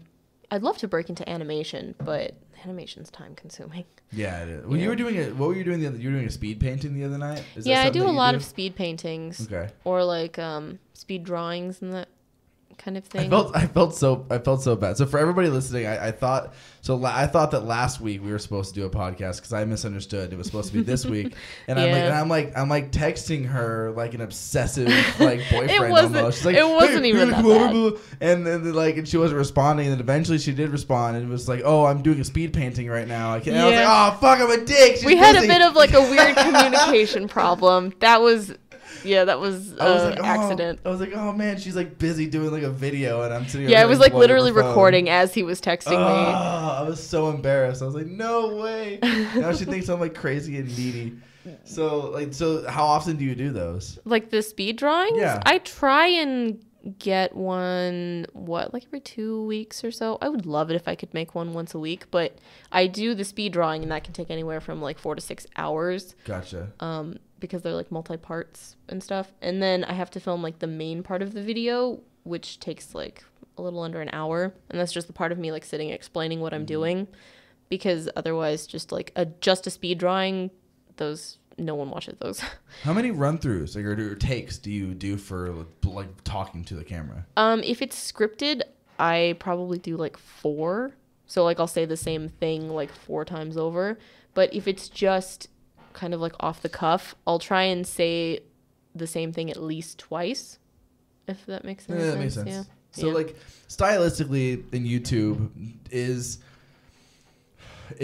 when it comes to editing, is it still the kind of most common way to do videos, like the constant like cut every like 2 seconds and like oh, do you mean jump cuts? Yeah, jump cuts are so ingrained in the YouTube That's style. That's what I figured. Yeah, yep. I figured they were still doing that. I remember when I first saw that, like when Mitchell Davis was doing that back in the day, and it was like, this is like the coolest thing. It's like it's its own style. Like this is so cool. It's jump cuts. Yeah, of course I should have known that. Jump cuts are one of those things that I feel like they make professional video editors cringe. Really? Yeah. Like, I have a friend who I'm helping her kind of like set up a YouTube channel and stuff. And she has a professional video editor friend. And she was trying to make these videos with him. but he like refused to do any kind of like jump cuts or any kind of like the YouTube editing style, or like so nothing dynamic, like no like just throw text on the screen. And it's like, it was just like, no, I'm not doing that. Yeah. So I had to like come in and like now I'm helping her like set it up the way that she wants it, because they're two, like, it's a very different editing style. Oh, it's completely. Yeah, absolutely. But like that's the thing with professionalism. Like there's a couple different ways to do something as a professional. Like you can do it the way that you were learned, the way that you were learned in school, which is going to be more of a textbook way to do it. It's going to be more of like the business approved way to do it, I guess. That's tried and true. And then you've got the popular way to do it, which is usually different. Yeah. Which is the jump cuts or, you know, whatever. I almost feel like it's weird because it's slowly developed. Like in the beginning, people were just cutting out pauses because they're like, no, this is taking too long. The video's too long. And they would just cut out random parts. And then it just slowly developed into something that is now considered like the professional way to do it. Which is crazy. So crazy. Yeah, it's so weird. That's super cool. It's funny seeing things like that progress over time. So, let's see. I had something else that I wanted to bring up. Oh yeah. So like, who were some of your first friends in the YouTube community? Oh, who were the first like people who like took you under your wing and, you know, under their wing? I have a friend, Ash Hardell. Okay, well, the very first, do you know Threadbanger? I might not know any of these, but you're probably not going to know any of them. The very first big YouTuber to talk to me at all was Rob from Threadbanger. Okay. He wrote a comment on my main channel because I made a video about how to dye your hair with Kool-Aid, because that was a thing that I used to do when I didn't have cash. Yeah. And so I made this like random video, and he thought it was funny, and he commented, and he's like, "You're gonna go really far on YouTube. I like you have good comedic timing and all of this stuff. I think you're gonna like do all right." And it was just like at first I didn't realize it because it was on like the main discussion about page thing that people have, and I never checked that, and it came up, and I realized that like a month afterwards that it was there, and it just kind of like, oh my God, a big YouTuber talked to me. Yeah. And then after that, it was a person named Ash Hardell who does like a lot of like LGBT kind of content and stuff. Yeah. And they reached out to me about a series they were doing about smaller YouTubers. And so like she was the next person to talk to me. And then who came after that? I think... a friend or a guy that I met at, or through making that series. I made a series where I would like shout out other small YouTubers when I had a smaller channel, and I made a lot of friends that way. One of the friends that I made was Paul Roth, and then he introduced me to a girl named Ellen from, what is she on right now? Outside Extra. She's like on a gaming channel she's from the UK, and then she introduced me to like a bunch of British YouTubers, and it's just kind of like, that's awesome. Yeah. Lots of people. It's always amazing when you can get in contact with people you look up to. Yeah. Sometimes it's not. Like they say don't meet your heroes, and I've gotten really lucky, and then I've met a great deal of them, and only like one turned out to be like unsavory, but everybody else for the most part was great. Like remember Bowling for Soup? That pop punk band? I messaged them on MySpace, just telling them how much I love them in like 7th or 8th grade. And their bass player, Eric, responded back with That's so nice. Yeah, and with like and I could have never wanted anything more than what his exact comment was. It was, "Oh my gosh, thank you so much. Go to like NBC or whatever. There's women diving." That's all I posted back. Just like a super casual. It's cool because it's like, oh, dude, like, it makes you real. Like, he sees you as just a person. Yeah. Which is like. And it's so like. It's also like so Bowling for Soup. Like, oh, there's like chicks diving. It was so like as like a 7th grader, there's nothing I would have wanted him to say more. Yeah. Like that was great. But every once in a while, you like fuck up those meetings where you meet someone who you really look up to. Yeah. Like, I embarrassed myself to Henry Rollins from Black Flag. Really, really, really bad. Like I don't know if you know who he is, but he like when you talk about punk rock, he's one of those names that is just like he's like the David Bowie or like one of these guys who was like infamous. He's a really big deal in like punk rock or alt music or whatever. He's been around forever, and he's an icon. So he checks his emails always, and his email is very easy to find. And I really abused that when I was like 15 or 16. Oh, that's so And I bad. sent him like these like angsty ass emails, and he always responded back to me. But like as an adult, I look back on that and I'm just like, dude, I can't believe that I was like a twerp. Yeah. Annoying him. I have things like that where it's like bigger YouTubers will be like talking to me on Twitter and I'll respond to them, and then like months later I'll be like, why did I say that? why did I just keep talking? I should have just stopped. Nice. Like he was nice. Stopped. He was always nice to me. He was always like the worst thing he would do is ignore something that I said, but he would always respond back with at least like a sentence, which is nice, which is way more than I deserved. Yeah. But I hate that. I hate like being nervous about like, cause I've met a lot of my heroes, but I'm still so starstruck. I get so starstruck when I meet people. I feel like I'm getting better at not like fangirling because like, I feel like as I've gotten like closer to like my heroes level and they're slowly coming closer to like peer level, I don't want to say losing respect for them, but it's like I'm recognizing that like, oh, you're a human. Like before I even meet them, I can see things in like their editing style because I have the same experience that they roughly do, if that makes any sense. Yeah, totally. But yeah, so like I've met some of my heroes, like, and I feel like they roughly like they wouldn't have met my expectation of like when I first started YouTube, but they meet my expectations as like just human beings now. Yes. Which is good. It's great when they just like when you can look up to someone and they can just like make you laugh and it's fun and it's jovial. Like I met the singer of Blue October. I went to one of their shows and I'm like it's one of those bands where like again like being involved in like the indie hipster scene, whatever. Like talk about Blue October, everyone's like get lame radio band, whatever. But I still, for some reason, I love that band. They're great. But I met him after a show at Livewire. And he like took I was trying to take a picture and he like took my phone from me and took like a bunch of ridiculous like what's it called when you take like 1,000 photos at once? Like a burst? Yeah, a burst. Yeah, he took like a burst of just like his mouth. Like it was really funny. Like I love that. I love when, and that's why anytime I've ever met someone who like there is like a small amount of people who like will like look up to me for what I do, whether it's podcast or band or whatever. I always try to be the most insanely enthusiastic, sweet person I can possibly be. That's so important. That's totally a thing at YouTube. It takes a lot of effort. Like I have, I know this one person. Do you know who Tom Sky is? He's a British YouTuber, but whenever he goes to conventions, he always like tries to meet as many people as possible, and he'll just drink like 2 or 3 Red Bulls and just like stand there talking to person after person. And like I'm amazed because that takes so much like energy to like have enthusiasm and like meet hundreds of people. It's hard. Yeah, it's very taxing. I imagine. I mean, people, stupid people will say things like, "Oh, but you're like, this is awesome." People are just like coming up to you and giving you attention, but it's like it's not like that at all. I imagine it's not. It's a lot of like you want to like give back to them because it's like, dude, you just stood in line for like 2 hours just to say hi to me for 2 seconds. I want to like make sure that you get like pictures and like have like that I'm giving you what you want, if that makes any sense. Like, I want to make people happy. I really want to make people happy. That's awesome. I feel like that's how a lot of people are. So like you said before, what I'm curious now, like what else other than like mentioning that what was you said earlier that like you dropped like 2,500 or like some like huge amount of people because you acknowledge the existence of like non-binary. That's the word I'm looking for. It just fell by like 100 subscribers or something in a day, which like you can't even really see because it was still like a general increase, but it was like the increase was less than it normally is. Yeah, if that makes sense. Totally. It's a weird thing.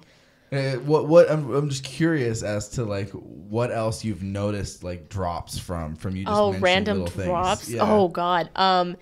Talking about the kind of YouTubers that I watch, or like really just like she likes that person. Like, because like oh my god, the drama within the YouTube community when you get on like this side of the screen, it's like, okay, I don't want to be here anymore. It's high school. It's the most high school thing I've ever had to deal with. There's like so much garbage. Like there's so many YouTubers who I used to respect that I'm just like, I don't like. Really, that sucks. It's especially bad if like they have really good like personal appearance. Like if the whole like YouTube viewers and community views them as good. Like there are YouTubers on this side of the screen who like the community hates them. Really? But they'll like put on face because it's like everyone likes them. Like I don't know. No, I totally understand. It's high school. It's so high school. I feel like it's like that with any kind of entertainment. It's definitely like that with music. It's absolutely like that. You see a band that's great, or you hear the songs and their lyrics are wonderful, and then you meet them and they're dicks or this or that the other thing, and it's like you find out, oh, that song was half written by the producer, or you know what I mean. I feel like it's easier to be fake in music than it is to be in YouTube. Maybe, but maybe not. I guess at the same time, like, I don't know. I feel like with YouTube, you have to, and this is just my opinion, is it seems like you have to have at least a small modicum of of your true personality in it at some point. It's very like they're seeing you kind of like as a person. Granted, it's going through a ton of like editing and filters and stuff, but they're still seeing like you as a human. Yeah. Otherwise, it's just acting. Yeah. Which it has a little bit, I'm sure, right? Yeah, a little bit. Yeah. Like there's when you're filming a scripted video, you'll say the same thing like 8 or like a ton of times, and then you just go through and you pick the one where you didn't fumble over your words. Mm-hmm. Like I'm not, at least I feel like I'm not generally a very articulate person in real life. Yeah, but in my videos I come across as like a very well-spoken, like just speaking consistently for 9 minutes, but it's like I couldn't do that if I tried. I trip over my words constantly. I'm always or I'll say or I'll repeat myself over and over. Like and are the two biggest deaths of anybody trying to talk. It's so bad. They're just filler words for when you have pauses to make it sound like you're still talking, but you're not. Instead of just pausing, you just have to fill the void with something. So you sound so stupid when you really think about it. Instead of just allowing a silence, you fill it with or it's a like this thing. It's so ridiculous when you really bad. Like break. I don't do it anymore, but I've listened to. I made the mistake when I first started. Like I started podcasting like a long time ago. I would do a couple things. I remember I did like a 5 episode series thing that was supposed to go on longer, but it didn't. And at that time, I was like 20 or like 19ish, and I listened to it like the whole entire thing. As I was editing it. And I tortured myself with trying to edit out all these little things and all these pauses and all these. And like, as I got older, I was like, no, this is supposed to be natural. It's supposed to be whatever. But at the time, I was like, I can't believe I say like this much. Or I'd tell my friends every time I said like, punch me. Like, so that I could get out of the habit of it. But it's like, it's not a big deal. Like, see, I just said it like twice right there in like 2 seconds. Yeah, same. Sucks. Like, I can't not. I can't not say that. That's one thing that I really like about like having to edit is that you have to stare at yourself and see your own mannerisms from like an outside perspective for like 8 hours. And because of that, I can kind of work to fix my little like posture problems or like saying like or like the little things that I'll just like the weird habits that I notice myself having. Like I click sometimes when I'm talking just because like I'll just like open my mouth and it'll make like and so like I'll be able to kind of like try and correct that in real life. I don't know. There's just lots of little things. It's hard when you're recording, especially if you're using a nice condenser mic or something like that just picks up every little thing. It's really hard to get rid of that kind of stuff. Yeah. I would imagine. I'll have that problem eventually. Soon I'll get nice mics and I'll have to deal with that problem. So what do you do? Do you do anything artistic outside of YouTube or anything or does it just take up your entire energy? YouTube takes up like everything, like everything. I'm trying to think of the majority of my life is spent on the internet. Yeah, like I live on the freaking internet, and lots of Twitter. I just kind of like absorb Twitter. See, okay, can you explain, like, I feel like such a Neanderthal. Can you explain Twitter to me? Like, do you not use Twitter? No. Twitter is a garbage fire. I'm glad you don't use it. Like, Twitter's one of those things where I've never been able to truly understand the point when I have Facebook and Instagram, which feel like two perfect mediums. Twitter is just live updates of the world burning. Okay. And so that's all it is. That's all that Twitter is.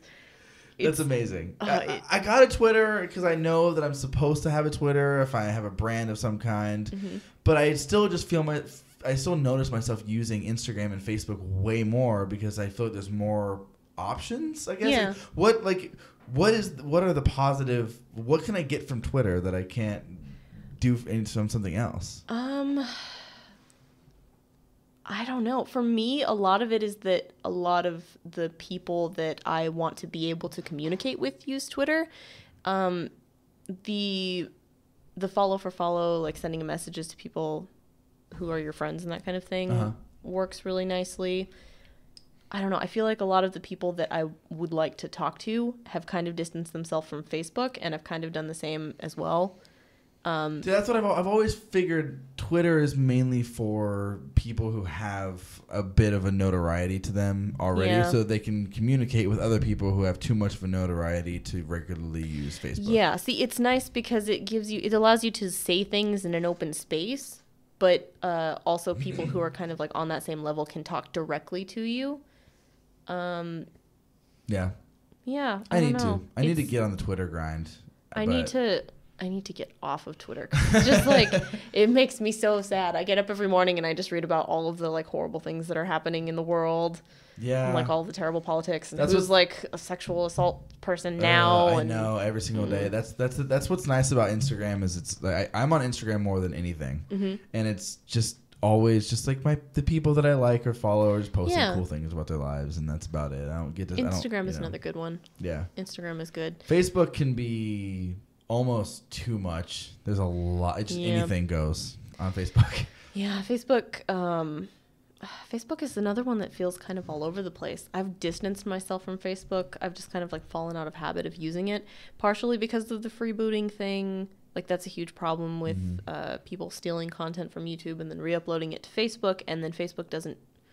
They just take all of the revenue, and they're terrible about copyright notices. They're like worse than YouTube about copyright, because if you're a smaller person, they just won't remove it until they've already gotten hundreds of views, and then it's just stuff they've taken from you. I've seen a lot of videos on YouTube or on Facebook that have been uploaded to Facebook, not YouTube, and I know that like trash memes did not make that video. Yep, exactly. Yeah. And that's something that most people don't think about. Like they see it in front of them and they accept it for what it is. Oh, this is a video. And they don't think about the fact that like someone put time into this. They wanted to make. It's the same with like jokes on the internet. It's another thing that, Instagram's and, like, awful. Instagram is so bad about that. Instagram is like a lot of the time I'll see screenshotted tweets on Instagram on like trending pages and stuff, which is another reason that I just go directly to Twitter. Because everything is like live. Everything is always like instantaneous. Yeah. I don't know. I feel like, and I know this is happening, Instagram is really starting to, like, it's not, I feel like Instagram used to be the second somebody uploads something, you see it. Yeah. But now, I'm noticing that it's like, this was uploaded like 6 hours ago. Like, unfortunately, I think Instagram is the last one to do it. But a bunch of companies are switching from what's it called when it goes in order based on time. To what, like popular or what they think they've given it up. They've thrown it up to algorithms. That sucks. Facebook does that, and I hate terrible. that. That's why I like. It's so Instagram. terrible. I miss the timeline that would be in order. Me too. And Twitter's doing the same thing now, which is just when they switched over, it was absolutely horrible. Like I hate that they show your liked tweets too. So that's a new thing that they've been doing, where it used to be like they have two features. They have the like and the retweet. So you like it if you personally like it, and you retweet it if you want everyone else to know about it or that you like it, which makes sense. But now what they've started doing is that if you like it, sometimes they'll show that to the people who follow you. So it means like if I see something and it's like, oh, this is this really funny opinion that my friend posted, but it's really like political or something, I can't like it. I hate that. Because I know that there's a chance that all of my followers will see it, and it's like they don't need to see that I'm liking this random cat because picture. then and that's the other. Oh God, it must be exhausting, because then at that point you can't even. It's almost at that point like whatever you like, you have to also approve to, as if you were saying it yourself, to send to other people. It becomes your own expression because you're notifying other people that that blows, it's man. So irritating because it makes it so that you have to have like a personal Twitter and a brand Twitter, and I don't want that, because like the whole point of YouTube is being like a personality and like being yourself. And it's like, I don't want to have a brand Twitter. I just want to like be myself. Yeah. And it's so annoying. That's the nice thing about, that's what people want in social media or YouTube. They want to be able to relate to these people. Yeah, it's like, I think it was Susan Wojcicki or whatever her name is, the CEO of YouTube. She was trying to explain to brands that people don't come for polish, they come for texture. Mm-hmm. So they come to YouTube to see people being people, not to see like high quality, intense branded content by professionals that follows this exact format, the cookie cutter junk. Yeah, like commercials. Yeah.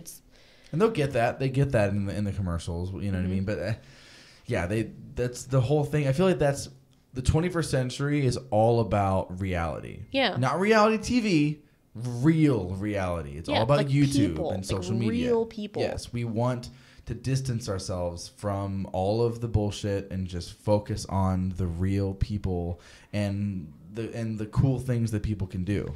Yeah. That's what the internet's all about that. The internet's all about personality and being a human. Yeah, being a YouTube personality is weird. Yeah, it's a cool but weird thing that exists in the 21st century. Did you ever think that YouTube would be your job? No, it's like the internet. I remember people like when I was a kid saying like, oh, like some of the jobs that you want to go into haven't been invented yet, and I just remember thinking like, no, they're not. And then like now I have this weird job that did not exist 20 some odd years ago. I wouldn't have thought I would be like uploading my drawings to the internet and be able to make a living off of that. What did you think you were going to do? What was your plan? Originally I wanted to be like a graphic designer, or like, well, originally I wanted to be like a comic book artist, animator, or something like that. Then when I got older, I was like, okay, I should be more realistic because I need to actually make a livable paycheck or whatever. And so I went into graphic design. Also because I like the structure of graphic design more so than art. And so I went into that, and then I started out as a graphic designer when I got out of university. But I hated it. Like I hated the 9-to-5.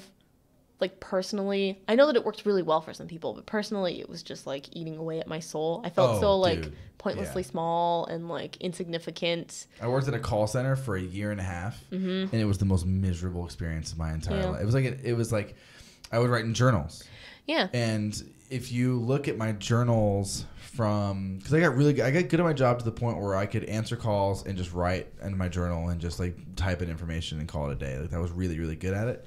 So if you look at my journals from the beginning of that job, my handwriting always sucked. It's always been bad. Like dude handwriting always isn't great anyway. But like in high school, I had like occupational therapy for how bad my handwriting was. It's really, really, really bad. For whatever reason, my handwriting just like in my brain just never worked out that well. So it's always been bad.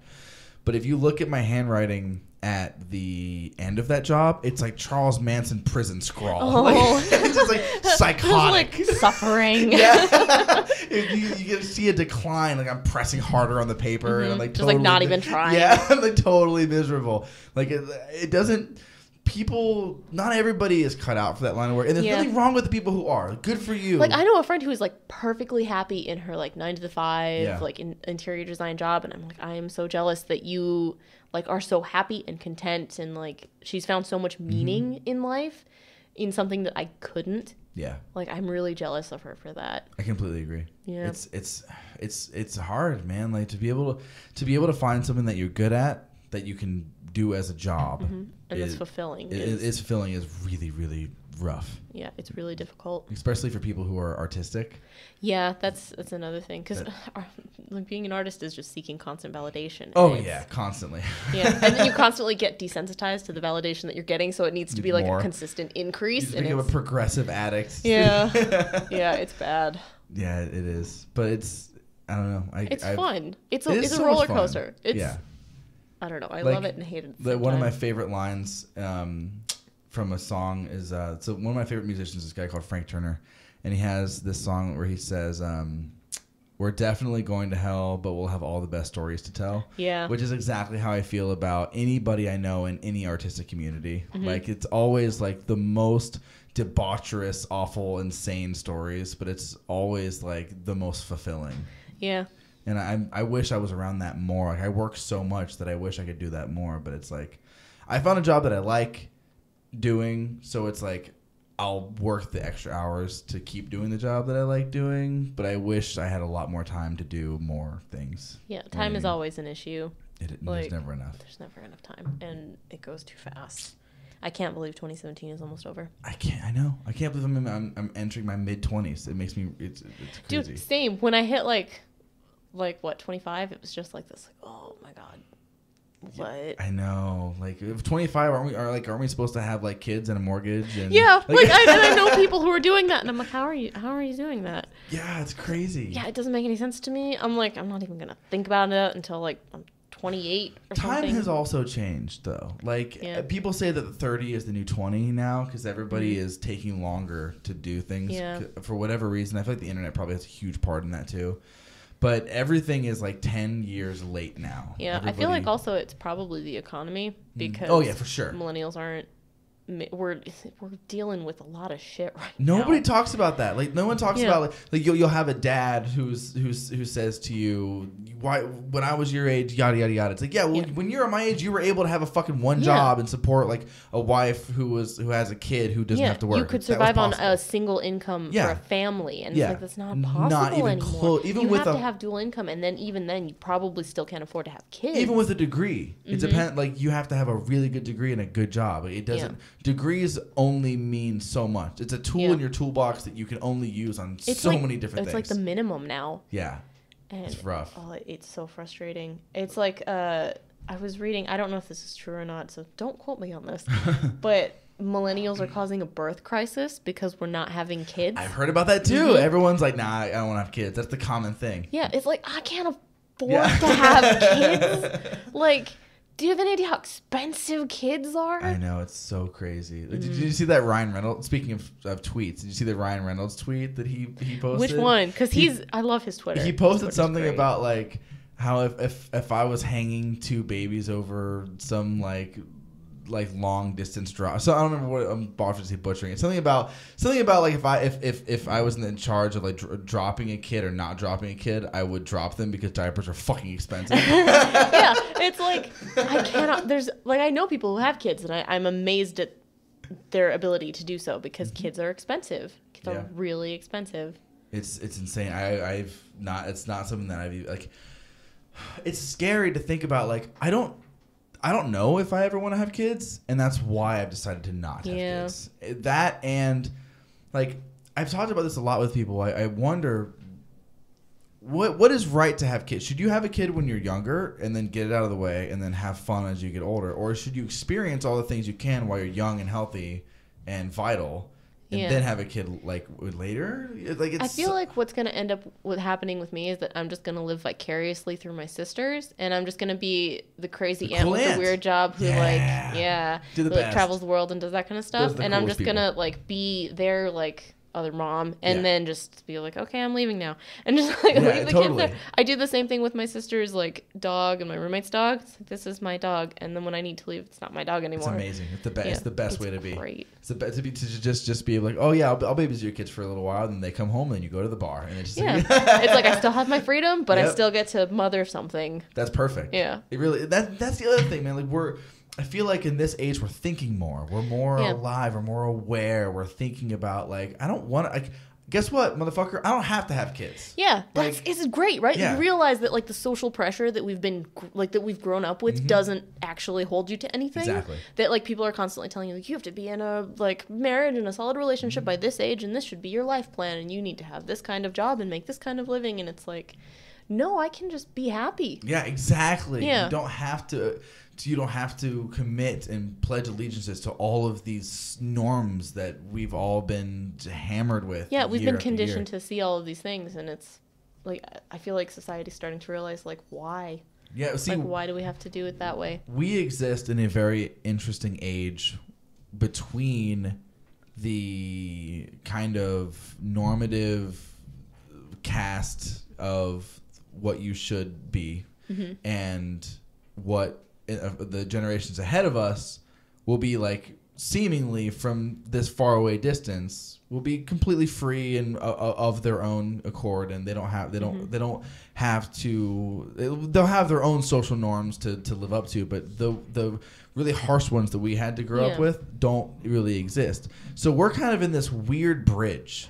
Yeah. Like we're I think that like society's changing. Like you can see it changing. Yeah, maybe that's why that's why this generation's so fucked up. Yeah. Is because we're having to constantly divorce ourselves from the things that were ingrained into us so that we can walk across into this newfangled land that is completely dark. We have no idea what's going on. Yeah. So it's crazy. It's beautiful though. It is. But it's like the internet now is nothing but like depression memes. Yeah, exactly. Everyone's just like really depressed because it's like they don't know what they're going. We're just heading into this like weird darkness. Yeah, it's. We're heading into the unknown. I'm excited though. I am too. I'm excited and terrified because it's I'm slightly afraid of like any kind of Black Mirror-y kind of future. Yeah. Oh yeah. But it's like I'm kind of expecting it. Mm-hmm. It's going to be an interesting. Yeah, we're going to find out that vaping is actually fucking awful for you, and that cell phones or like cause a new disease that we haven't even discovered yet. Or like and all these death things. will be made irrelevant, and then it's just like this perpetual like, am I ready to die now kind of thing, exactly. or something. Everybody has their own Lazarus pits that they go into and become live forever, and it's. Who knows what's going to happen? But it's exciting though. I mean, to not know like. Anything that people say is finite as of right now doesn't really mean anything at all. Yeah. Like I don't remember the saying exactly, but just the idea of like nothing is certain at all. Yeah. Like the only thing that's certain is that nothing is certain or something like that. See, like, okay, I feel like I've there's like that stupid quote where it's like the only thing that you have to do is die and pay taxes. Yeah. And it's like taxes is just a thing that is tacked on because it's funny. Yeah. But death, I feel like even that at some point may become irrelevant. I know. And it's like, that's even more scary to think about. I have such an insane fear of death that it makes me like, I want that to be true so bad. Yeah. See, I have like, I don't know if I believe in death. And this is just a weird personal like rabbit hole that I've walked my brain into. Yeah. I don't Let's completely know if together. I don't know if I believe in death as a thing. Mm-hmm. Like, I don't even know if it even actually is a thing that can happen. Like, the idea, like, not the idea of, like, dying and passing on or whatever, but just the idea of ceasing to exist. Yeah. It's not something I've ever done, and I can't guarantee that I've seen other people do it, because have you ever heard of quantum suicide? Mm-mm. It's, like, a side effect of parallel universes. So you know how, like, this, like, every version of reality is supposed to exist? Yes.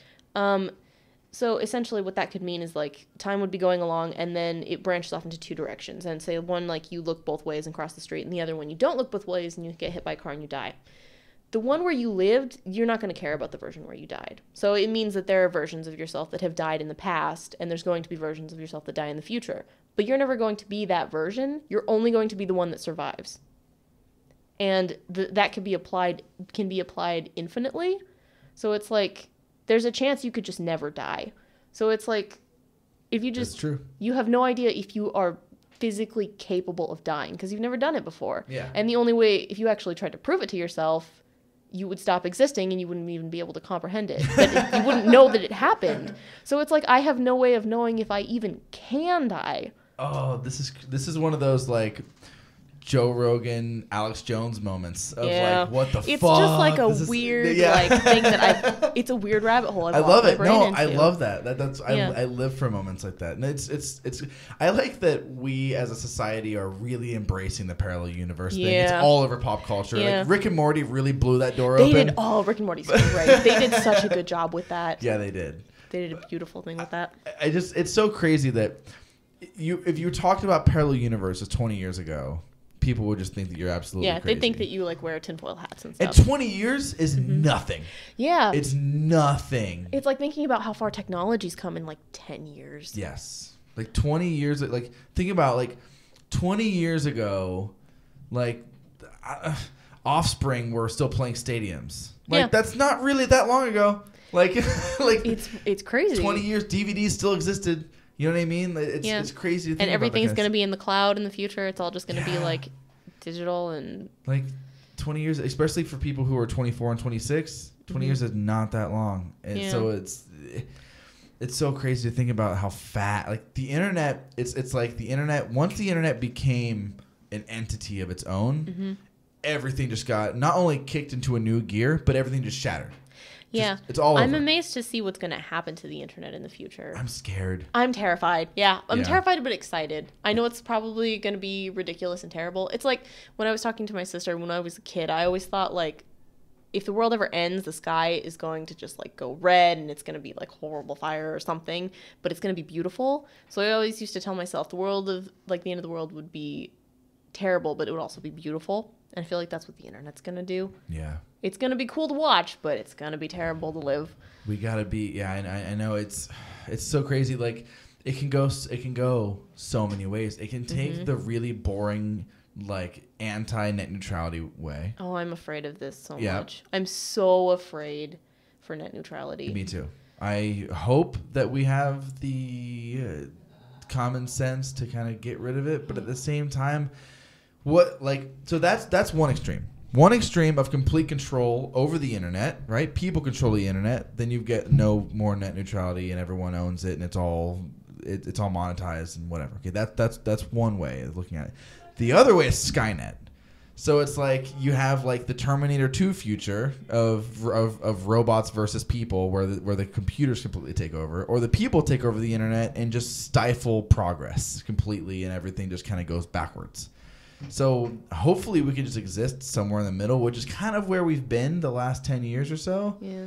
But like, I don't want Skynet, but I also don't want like to get rid of our nice little neutrality thing that's going on right now. I don't know what kind of Black Mirror reality we're going to end up in the future. Right? Have you seen like the commercials for the new season of Black Mirror? No, I haven't seen them yet. I love the first season. I haven't seen the Yeah, I love Black Mirror. I heard Kevin Smith on Smodcast talking, just like gave a rundown of like the whole pig thing in the first episode of the first season, and I was like, dude, take all my money. Like that sounds awesome. I'm so excited for the next season because it's like, it's so intense.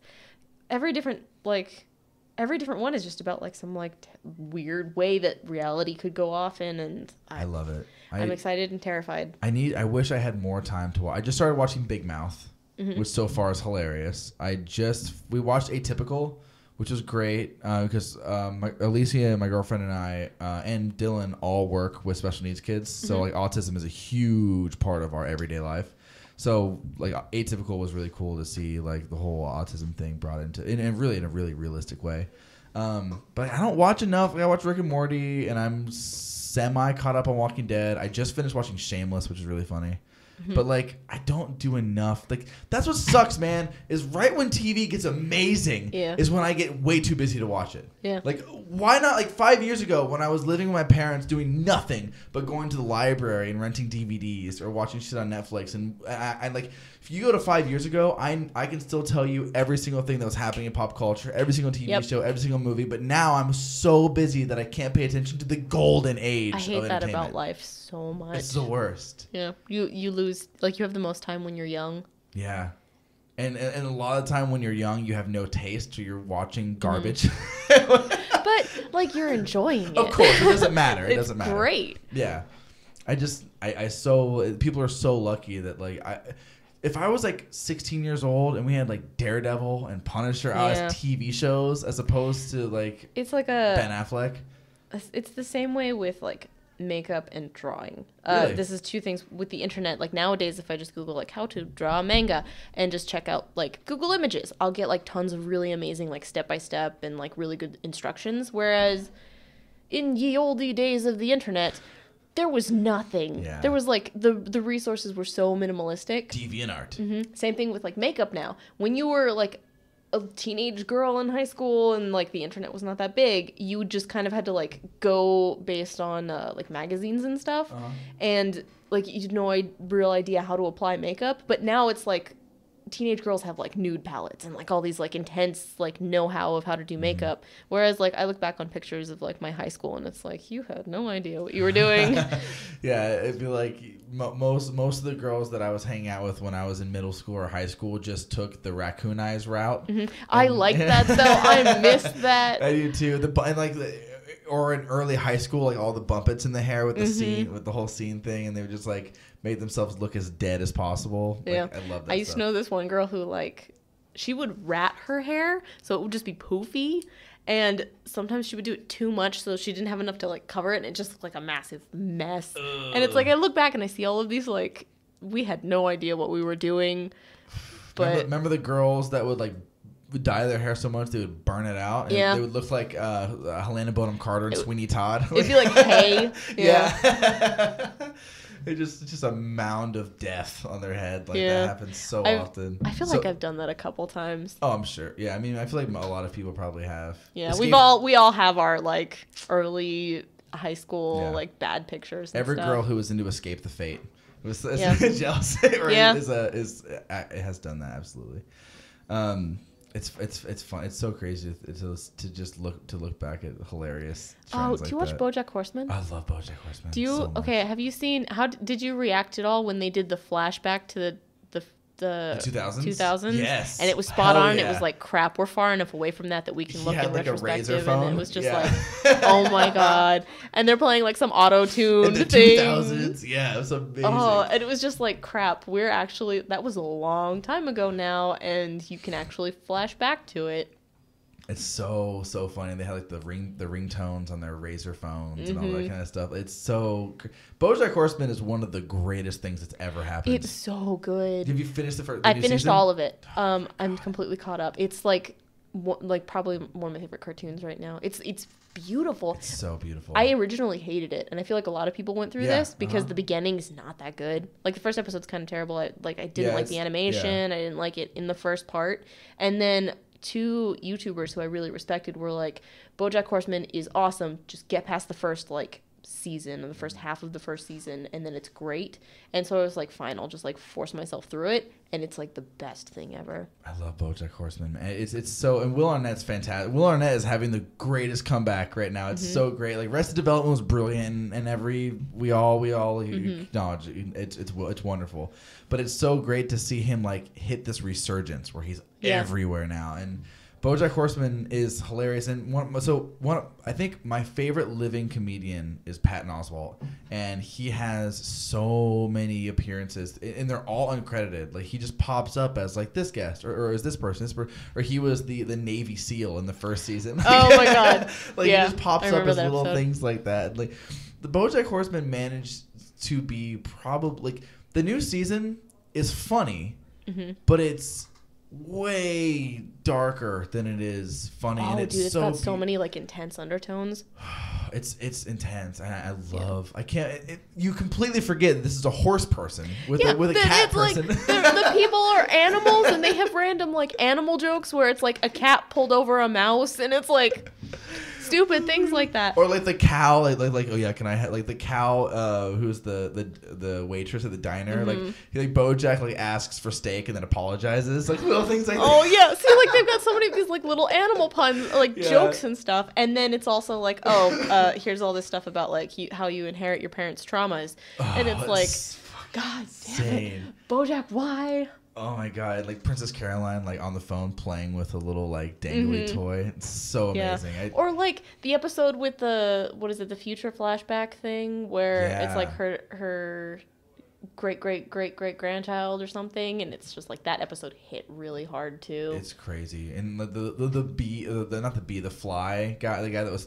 what he was a fly, right? That in the last season it flew too high, and his what was? I don't remember this one. It was the when they were building when he was rebuilding his parents' or his grandparents' old house, and the next door neighbor. Oh yeah, it was like a fly, I remember. right? He was a fly. Yeah, it was a fly. And that whole one was thing, really like, sad too. I don't fly because my wife died. It was like, oh Jesus Christ, like it's so rough. And it's the same. It's so like real and like sad while also being really funny. I know. And it's he's like, I thought you would catch me. And it's like, oh, why am I laughing and crying at the same time? Really dark sense of humor, so when I see shows like BoJack Horseman, it makes me really happy, because what I've discovered with dark comedy, which is my favorite niche of my two favorite niches in entertainment is horror, which is like my big number one, like can talk about it for eons, love all horror, and dark comedy, which usually which can go hand in hand very well.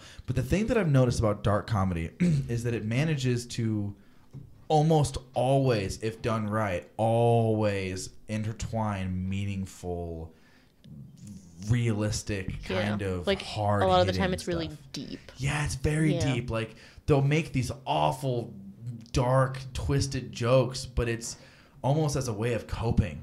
Like, it's so crazy when you think about, like, obviously there's crass humor, which can be dark. Anyone can make a shitty age joke. Yeah. But there's also a way to do it that's, like, almost tactful in this it's still offensive, but in a way of, like, you understand that this is a bigger subject we're talking about here. Yeah. This means something more. And BoJack hits that so perfectly. Yeah, they hit the nail on the head perfectly. And I over-identify with Mr. Peanut Butter. Like, I am Mr. Peanut Butter. That's beautiful and hilarious at the same time. Like, there's been times where, like, my girlfriend and I are watching it, and Mr. Peanut Butter would do something, and I just kind of, like, put my head down because I'm like, fuck, that's so me.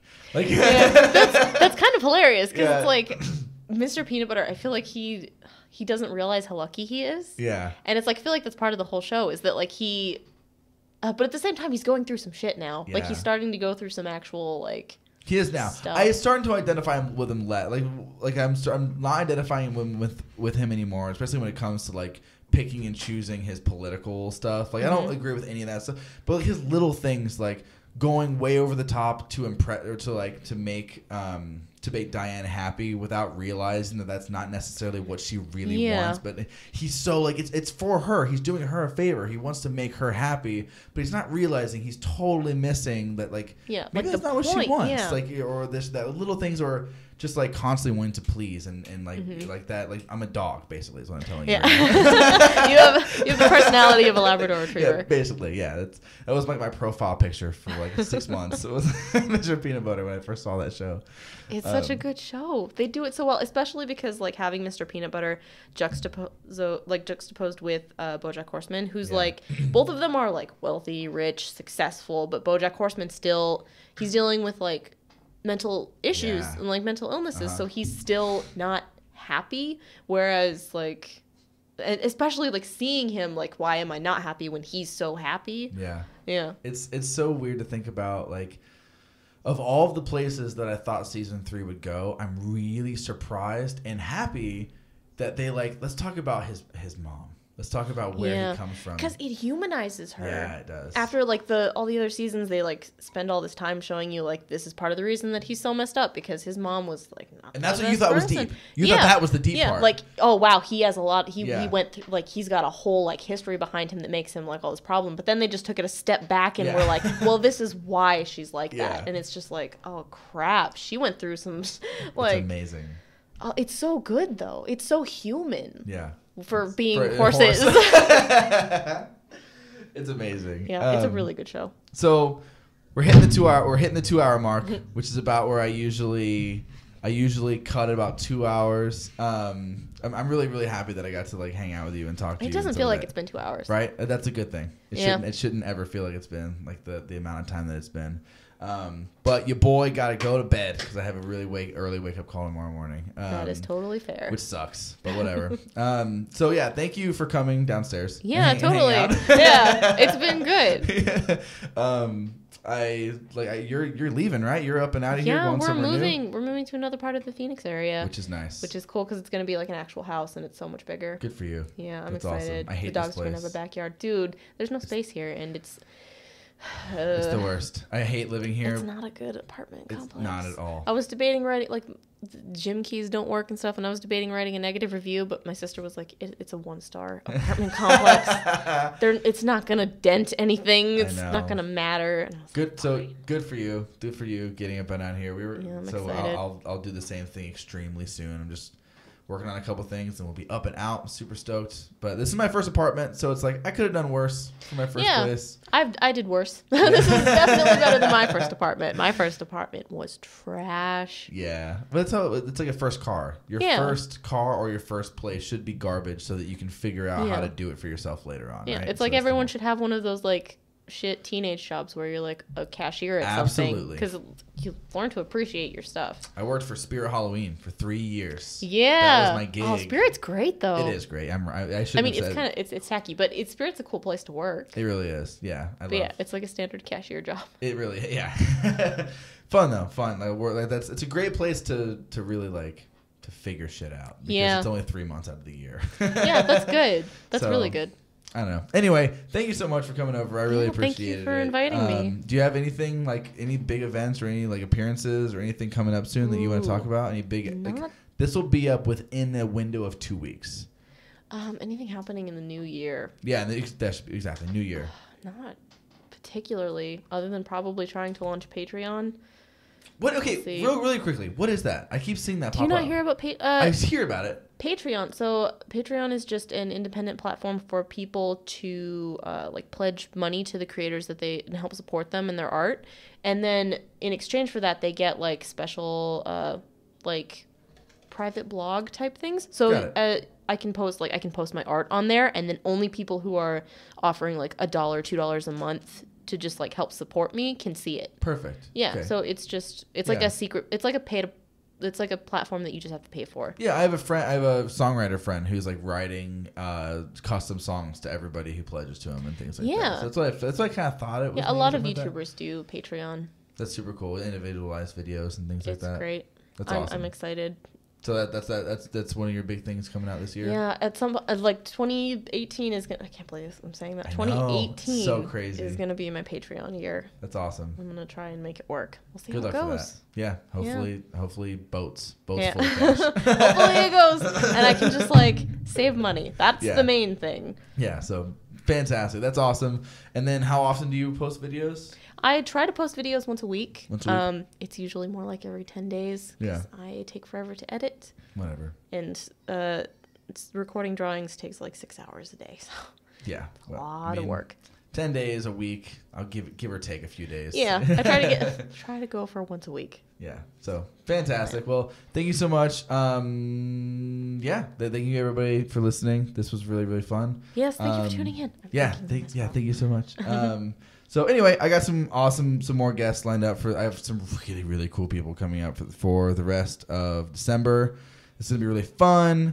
I got Breaking Pattern coming on, and I've got maybe Holy Fawn next year at some point, hopefully. I know I've mentioned that before. So yeah, check me out, obviously, on everything. Yeah, that's it. So thank you guys so much for listening. Thank you for coming over. This is super fun. Welcome. Bye. I don't have like a